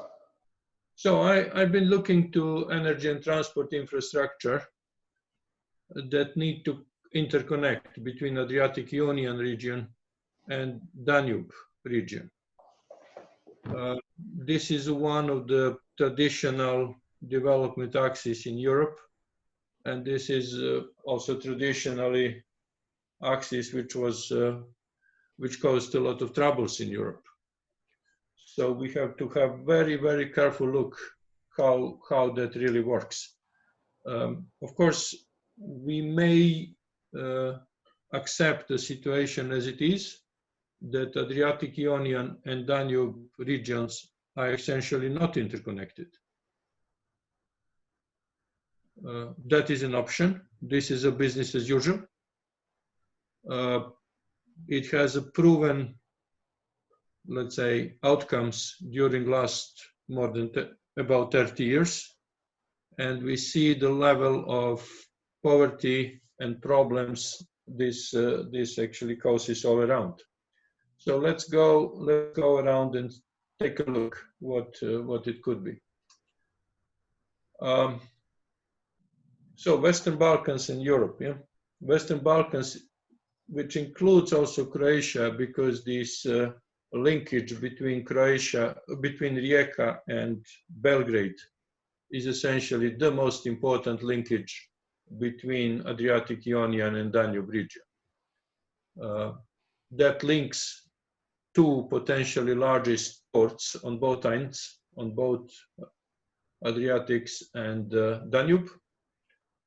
And that link is by far the most important for international trade, not only of these two countries, Serbia and Croatia, but also entire Central Europe and the entire Mediterranean. Probably also wider issues. So we have a situation right now that most of the trade goes through the relatively small and the port with very limited development potential, such as copper. And unfortunately, the trade doesn't go through Rijeka, which is far more potent port infrastructure than any other. Also, we have an issue on the other end here in Belgrade, where actually nobody really knows where is the Belgrade port on Danube. The port is in one place. The urban plan for city of Belgrade want the port to be on another place. Some international investors want the port to be on a third place. And we really don't know how that works. What we certainly know that no one of these three places is properly connected to the railway infrastructure. So there are problems all around. However, the trade between Adriatic and Danube is critical to optimize use of existing infrastructure, use of existing assets, etc. That applies to everything: forestry, agriculture, energy, industrial assets, etc., etc. So a simple questions: how to trade food from Pannonian area into Mediterranean tourist areas. We don't have answer to this simple question. Another question which was mentioned just before: how to trade water from one place to another. We don't have answers to these questions.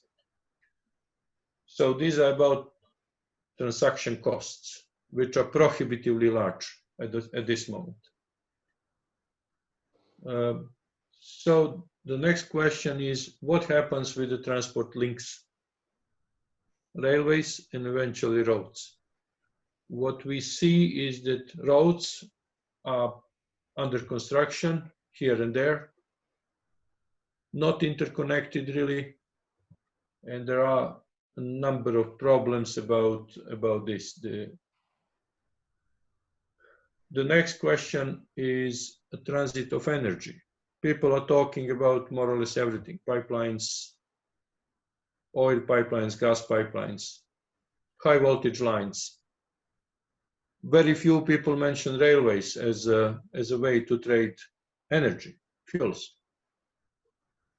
There is another question which interlinks these aspects, is flexible power generation service. The Western Balkan is the largest flexible hydropower resource in Europe. On what we have on the other end, we have a Northern Europe with the massive wind resources, and we have a Mediterranean area with the massive solar resources. We don't have infrastructure in between, which is a flexible hydro to integrate these two things. And obviously, without Western Balkan, European Green Deal is going to be more expensive and less effective. So what we have in the Balkans is it's a modern word, outbreak of risks. It's absolutely unbelievable complex of risks, and I have tried to put this into this map, or let's say this table, that to see how this poverty and instability in the Balkans is actually caused or interrelated with so difficult risks all around. And we can also see here in this table that a number of these risks are actually about infrastructure. In Belgrade, in transportation, in forestry, etc., etc.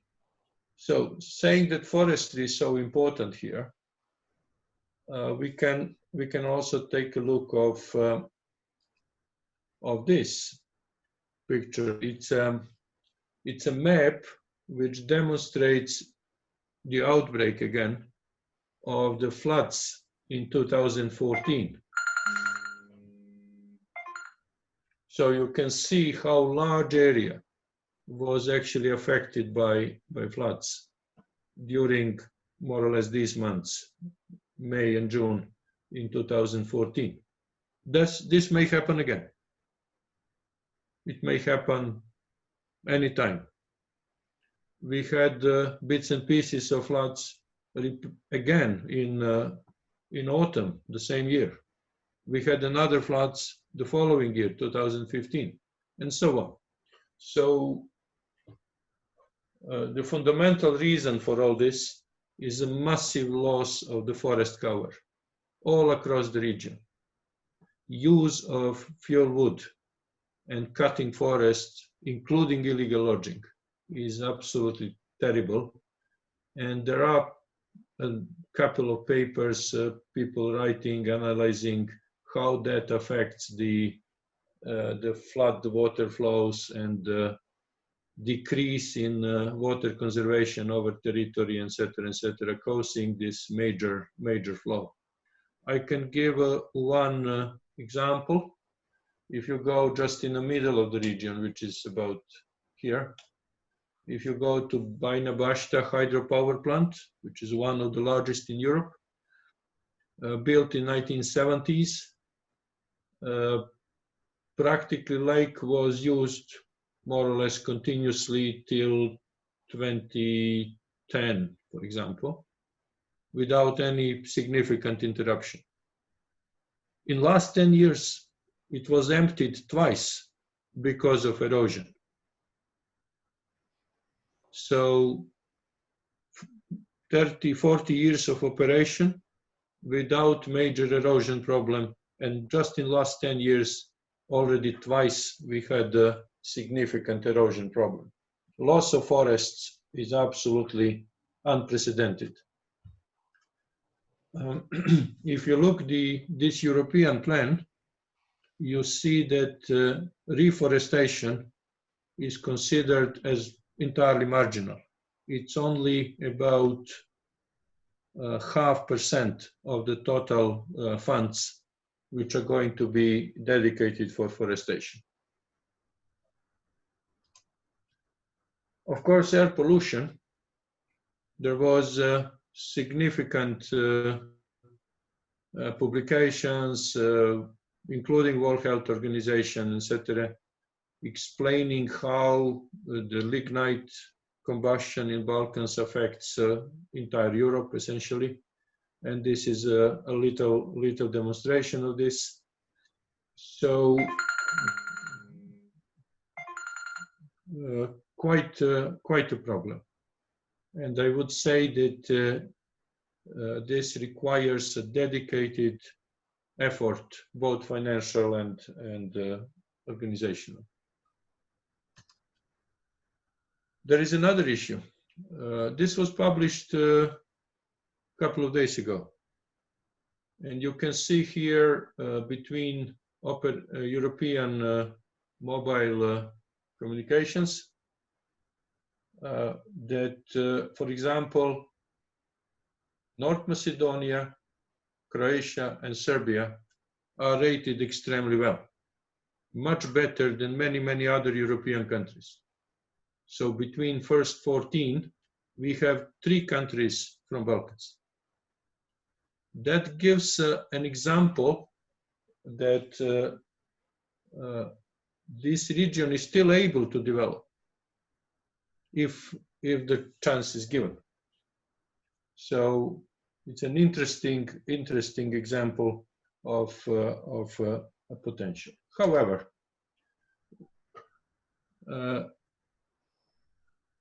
the overall experience is not that good.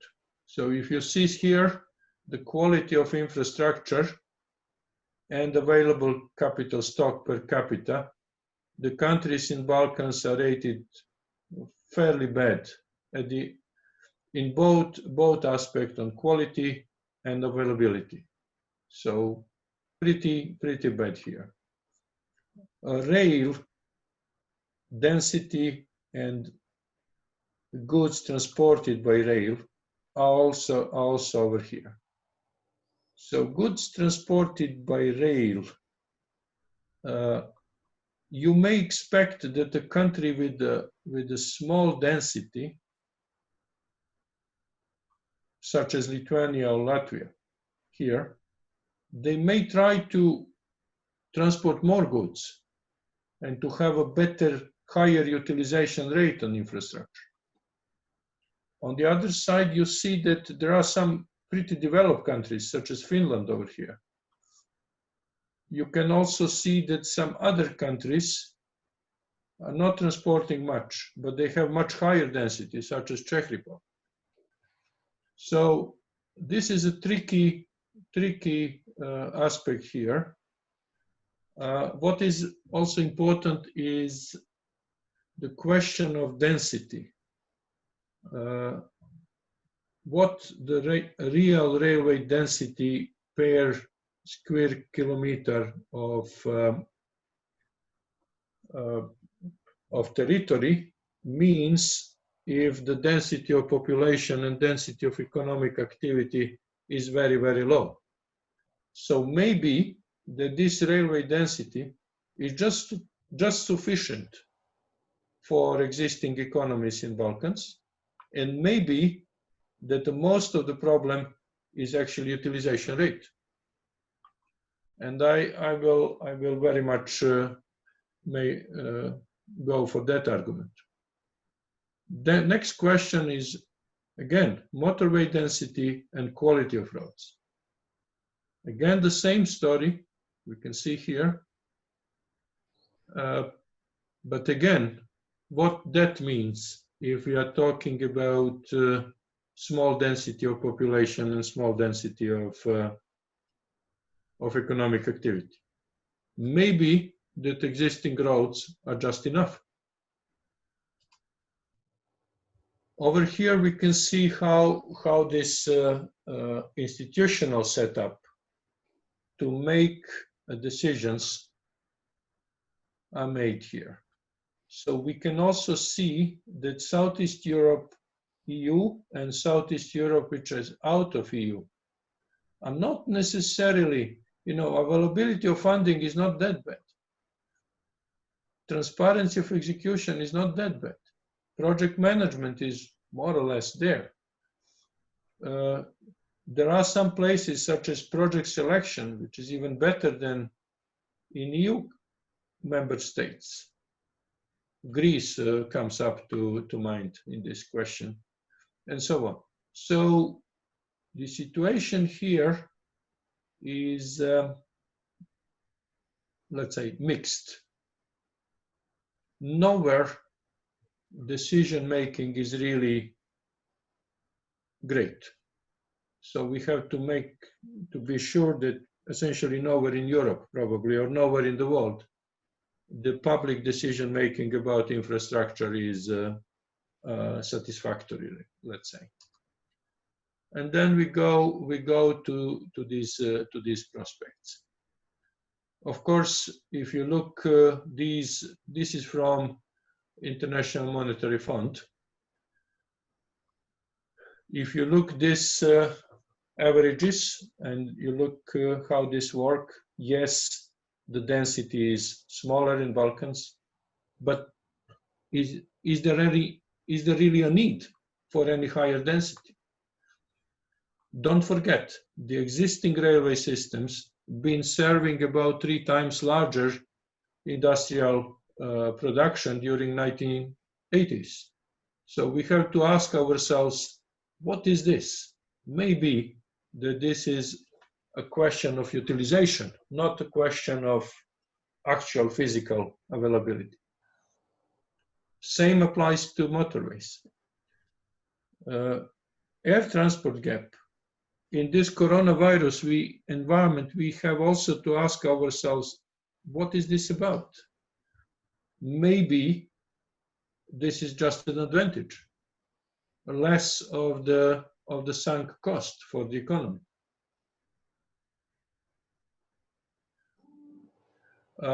Also, installed capacity in power generation is another tricky aspect. Comparing Balkans with Europe on installed capacity per capita is not really appropriate comparison, because in Northern Europe in particular, you have plenty of wind capacity with very, very low utilization rate. And then there was a massive growth in the wind capacity in last 20 years. Okay, the available capacity is large, but is it really economic comparison what we are looking here? Again, the existing power generation capacity in Balkans was serving 3 times larger industrial production in 1980s than it is today. Maybe it has something to do with the use of electricity, where we have a situation that more than half of electricity goes to residential use instead of productive use.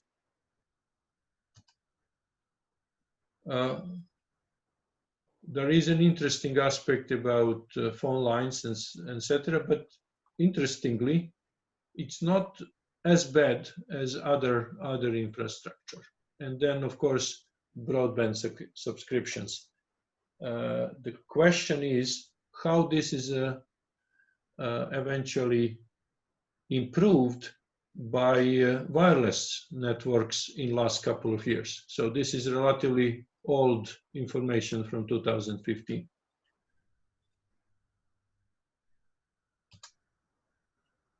So this was with of course, International Monetary Fund and all this calculation. Fine. Another interesting aspect is about public investments. Interestingly enough, in comparison with the existing GDP, the investment in infrastructure are much larger in ex-EU Balkans than European average. Here is the difference. With this new funding available from EU and the funding which is already available from China, the funding which is available from Russia, etc., this gap may even increase. But this, the larger investments, actually doesn't provide more significant improvement in the previous characteristics. Finally, we see that publicly owned capital stock is pretty large in Balkans. Here is Montenegro, here are other countries over here. In other European countries, the stock is actually less than, the change is less than what was happening in Balkans. This is probably have something to do with this massive investments. But what we see is that these investments doesn't provide an improvement we may expect. There was a Berlin process which was intended actually to facilitate these investments and to help decision-making process, to support, let's say, connectivity agenda. Of course, the Berlin process served extremely important role here because it actually extended the promise of EU accession process. And for different players, including in particular Chinese investors, it actually sent a signal that this region may continue accession toward the European Union, and that the creditworthiness of the region could be actually underwritten by EU or EU accession process. Creating some relatively difficult investment initiatives, which we see all around. So good example is Montenegro, with a massive Chinese investment in a new highway, which obviously goes well beyond Montenegrin financial capacity in this moment. But there is the EU accession promise, which actually underwrites this kind of investment. So, however, in the Berlin process, we have seen a relative, let's say, neglect of the physical reality on ground. Landlockness, the well-known white elephant theory, and ability of the governments, and specifically governments with relatively weak institutions, to create economically viable projects. I would say that this is going to repeat with this EU Green Deal, and that we have always this chicken and egg problem, where on one end you have a country which needs support, assistance, economic support. On the other side, the current situation of this country is obviously a result of the failure in governance.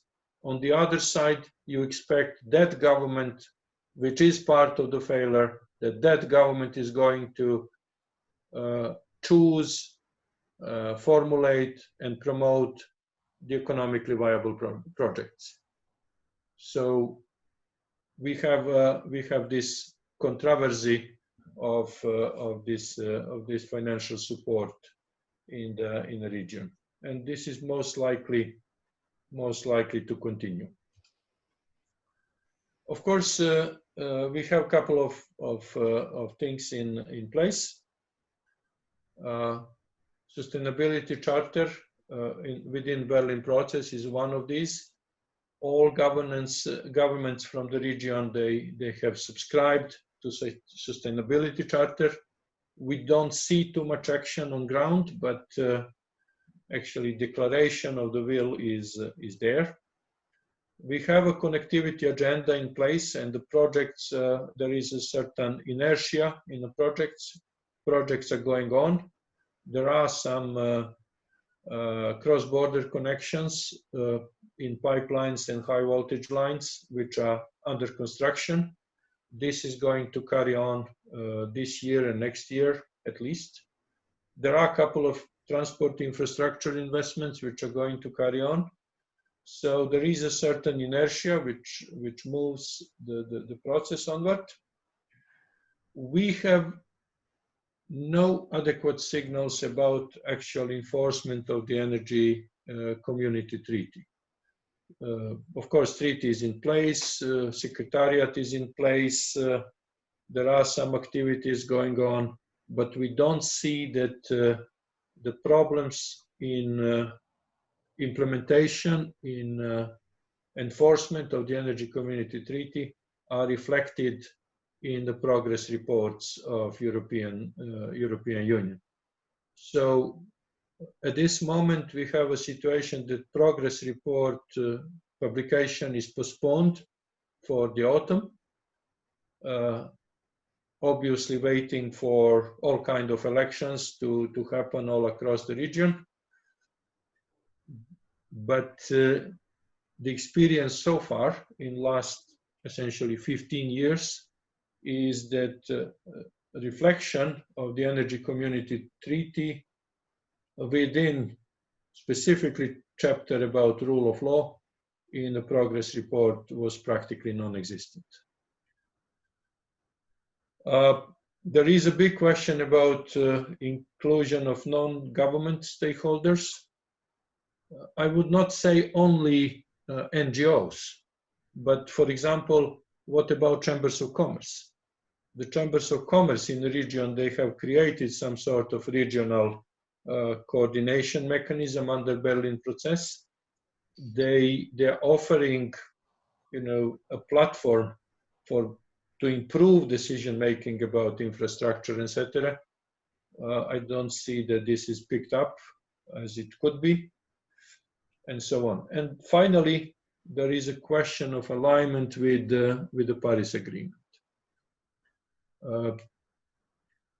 National energy and climate plans are still in some different stages of formation. We don't see particularly ambitious obligations under Paris Agreement. NDCs are very weak, at least. So we don't see that that Paris Agreement is really built in connectivity agenda and really built in into progress reports, into energy community, etc. So in energy community there is a will, there is an interest, there are a lot of work what Secretariat have done.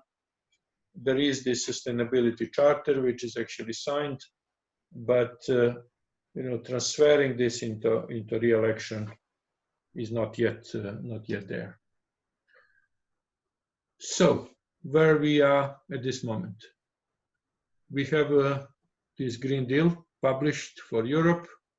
Probably there will be certain reflection for Balkans, and then what? In short term, possibly do nothing. The question is very simple. If you go to the city which needs an improvement in whatever, district heating or water, sewage or waste management, and if you try to promote a public-private partnership, any kind of private investments, is there really a reason for the city administration to accept that if they may expect a free money from somewhere else, from European Union maybe? We have seen this effect already happening with the promise of Chinese investments. So, which kind of opportunity costs we are going to have? All across region we have elections. So different stages. Macedonian elections are later in a couple of months. They are postponed. Elections in Serbia, elections in Croatia. There will be municipal elections in Bosnia. The situation in Montenegro toward elections in autumn. So there are a lot of these things happening. We have a government in Kosovo, which is not necessarily as stable as people would like to see. And so there is a very unstable environment here. And let's say if the outcome of elections is, let's say, a more stable governments mandated for another 4 years, for example, what these governments are going to do, how they are going to put to actually fit themselves with the EU Green Deal. Are they able really to make decisions on relatively short term about infrastructure and to eventually be ready to move on particular projects? What are the longer term prospects? Essentially, these governments elected now in next, let's say, 3 to 6 months, these governments have to take a long-term view in order to actually select the infrastructure projects. Are they able to do that? Or are they going to be able to do that? My position and my view is the first and foremost is enhance the use of existing infrastructure. I have no idea how really to promote this with European Union, with the European Commission, with the World Bank, and how to promote that with the new governments which are going to pick up in next months. But what we certainly know is that increase of utilization rate of existing infrastructure is about 9 times better economic outcome than building new infrastructure. And this is why I made a subtitle that this is an interplay. This is a problem between fiscal reality and physical reality. Because fiscal reality tells the government on the short term, you need as much new construction as you can get because that boosts your short-term employment, your short-term fiscal revenues, and gives you a short-term perspective also with the local currency and stable exchange rate and ability to actually tax the economy to a significant extent. It's not necessarily good for the economy, it's not necessarily good for people, but it's certainly good for the fiscal aspect, for the government itself. On the other end, there is a physical reality which is screaming for a better utilization of existing infrastructure. And I believe that we are sitting between these two realities, undecided and not able really to pursue decisively one or another direction.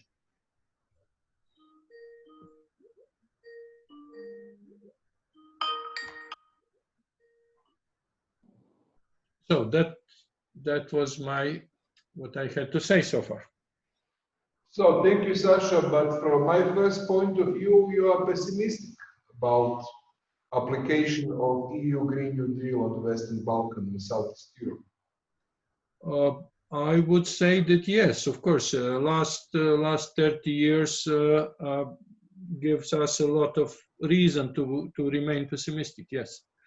And what we can do? You didn't show the light on the end of the tunnel. Probably because the tunnel is actually curved. We don't see the light at the end of the tunnel yet. Or maybe the light is the fast train coming, like Orient Express from Istanbul. Huh? Yeah, that's another option. So now, serious question: do you think that Chinese will slow down with activities on the Southeast Europe now after Corona crisis, or you think they will even grow up to activities on Southeast Europe? It very much depends what is going to happen on this import duties, these ideas about carbon taxes, etc., and to which extent Chinese are seeing Europe as a market for their industry. They certainly need today more than ever to actually enhance their export. And for that purpose, they definitely need to decrease transaction costs. And that's what we see happening through these investments and interest into Adriatic ports, interest in railways, in highways, etc. So we see that there is a bit of innovation coming over from China in this context. And we see that that interest is still there. This interest may decrease with if Europe becomes more closed market, more let's say dirigent market than it used to be. This is what we don't know. So Chinese certainly looking from their international global, let's say global interests. If United States are growing more, let's say protected market, if there are more problems all across Africa and in Asia to trade the goods over there, as the other countries are growing more competitive, such as Korea or India or Egypt or Vietnam, the Chinese have every reason to pursue European market and to pursue the infrastructure investments in Balkans to get access to this market. That's one dimension. So I would say that Balkan is going to be almost a battlefield between European trade policy and the Chinese trade policy, or let's say expansion policy in this way. So it seems to be big fun. We already have a fight or battlefield between Russian gas and American LNG gas. Now we can have even the war between European trade policy and Chinese policy. So we can definitely have big fun in the Balkan in the next few years. Well, we have also a number of let's say micro aspects. If you look very carefully, for example, European Union has anti-dumping measures about Russian fertilizers, and as a consequence of that, there is nearly nothing of fertilizer trade along Danube. On the other side, there is a fertilizer industry in Hungary, Croatia, and Serbia still working. That's one end. On the other end, you have Russia as the largest exporter of fertilizers in the world, and the Black Sea as the largest fertilizer market in the world. But that's not only Russia. It's also Azerbaijan. It's also Kazakhstan.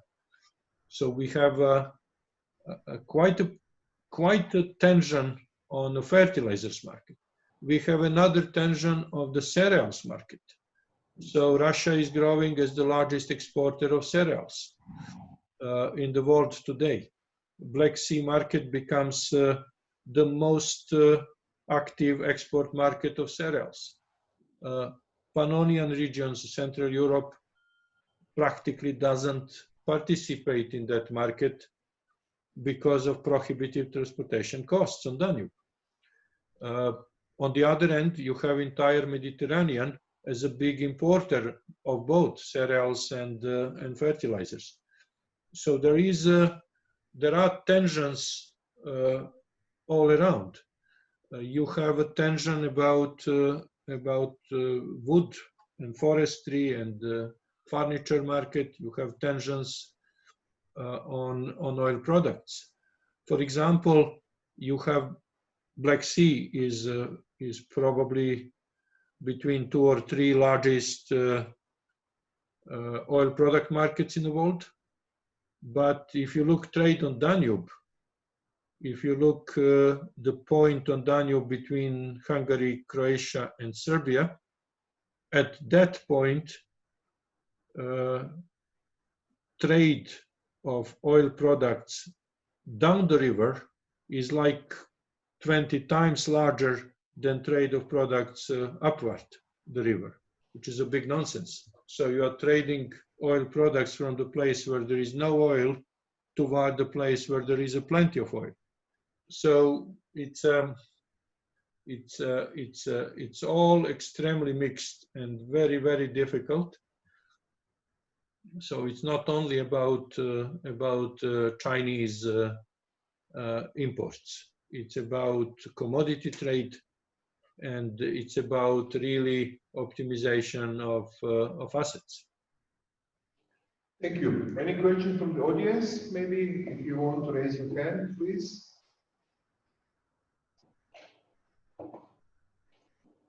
Any chat question or comments? Yes, there is something. Sasha, can you read this chat comment or question? Just a moment. Dear Alexander, can you see it? No, I'm trying to see it. Just a moment. Okay. Можете ли можно прочитать питание? Я не видим, знам чего. Dear Alexander, what could be the main milestone that needs to be done tomorrow for the facilitation of interconnection between the Adriatic-Ionian and the Danube Macro-Regions? Did you hear it? Not really. Just a moment. I have to find somehow how to read this. No, you have a chat on the bottom of the page. I know, but it disappeared for the moment. Just a moment. So basically, what to do? Here we are. Just a moment. Yeah. Okay. For first milestone that needs to be done tomorrow for the facilitation of interconnection between Adriatic-Ionian and Danube macro-regions. Yeah. Well, there are probably few. One, I would say that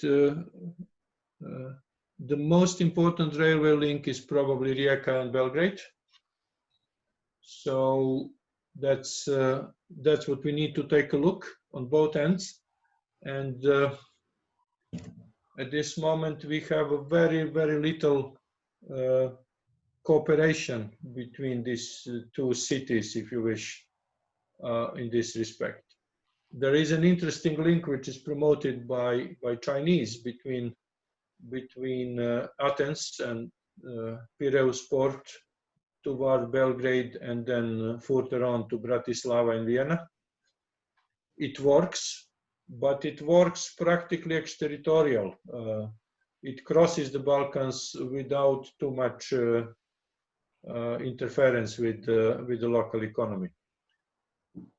So that there are things to be done. There is, I would say that you may, whatever happens in Rijeka is one thing, but Belgrade urban planning is absolutely critical, and it's now out of any how to say, any feeling about the region, about the regional aspects. That's one thing. Another thing is transportation on Danube. So Danube is the only waterway in Europe which is ruled not by EU Inland Waterway Directive, but by a separate Danube Convention, where Danube Convention practically limits the navigation along the river. So these are probably the most important bottlenecks at this moment. And I would say that there are many smaller bottlenecks. I would say that much easier to address if we want to enhance the use of existing infrastructure. I can give only one simple example. Railway systems in Europe exist for about, centuries, century plus, or 150 years. And there was no double stack container train in Europe so far. The first trains Chinese trains arriving from Piraeus to Belgrade, container trains being double stack containers. So there is a space for innovation. There is a space to repurpose and to use existing infrastructure much better. And if you start looking from this point of view, there is really a huge potential here. Excuse me, I think the problem is politicians.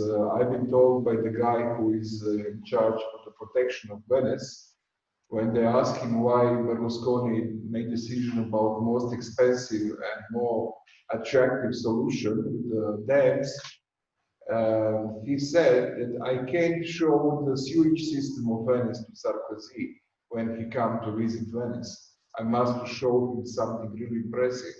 I think that the one important problem is that our politicians don't like to have maintenance of the existing infrastructure. They want to open, promise, and then maybe open new infrastructure to the waters. It is more attractive to that. That's what I call the difference between fiscal reality and physical reality. That's exactly from the government perspective. The short-term objectives are the most important, and short-term objectives are relatively straightforward. Stable exchange rate, relatively appreciation of domestic currency. That's on one side, and inflow of the foreign currency to finance infrastructure, to employ the people and increase the taxability of the economy. That's relatively straightforward. On the other end, the need of the economy is to enhance utilization of existing assets. It happened that these assets are government-owned, such as railways, such as hydropower plants, such as lignite plants, such as high-voltage lines, pipelines, etc., etc. So we have a plenty of government ownership there, and I don't recall, maybe you know from your parliament actually, I don't recall that anybody in the parliament ever asked a question about real utilization rate of all these assets. Or maybe I even recall the discussion in Croatia about revenues of these new highways, and eventually idea to privatize these highways. This is past. Now we have the merge of the two existing highway companies, and thanks to that, after 15th of June, our bridge on the island Kirk will be no any more cost for anybody to come. Until now, just the islanders had the right to come without paying the bill for that. Okay, any more questions for the audience or comment, or somebody want to say something?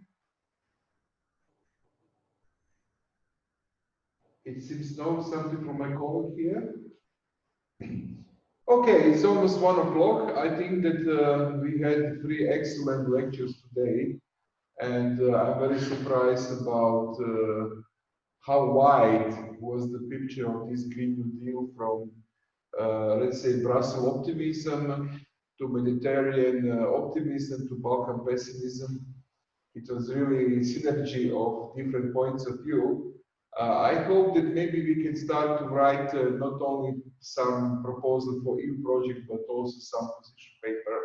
So I hope that in the next few days or few weeks, we will have more data about Green New Deal, and maybe we can do something about our view from the Southeast Europe and Mediterranean about possibility of deployment, and last but not least, how to finally be better than people on the north of the Europe who are really excellent in all of that. Thank you, everybody. Sasha, would you be so kind as a former host to just close it?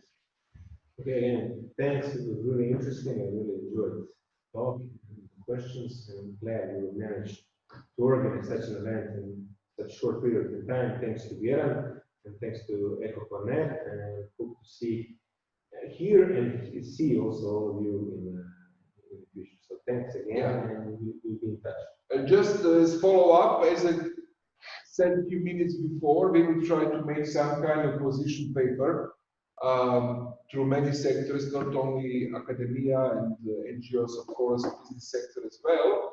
And maybe if the corona will allow us, we will have a small conference in September on the island Kirk about possibility of using Green New Deal in Southeast Europe in post-corona period. Thank you, everybody. Have a nice day. Take care about you and your families, and enjoy the summer if you will have a summer. Bye.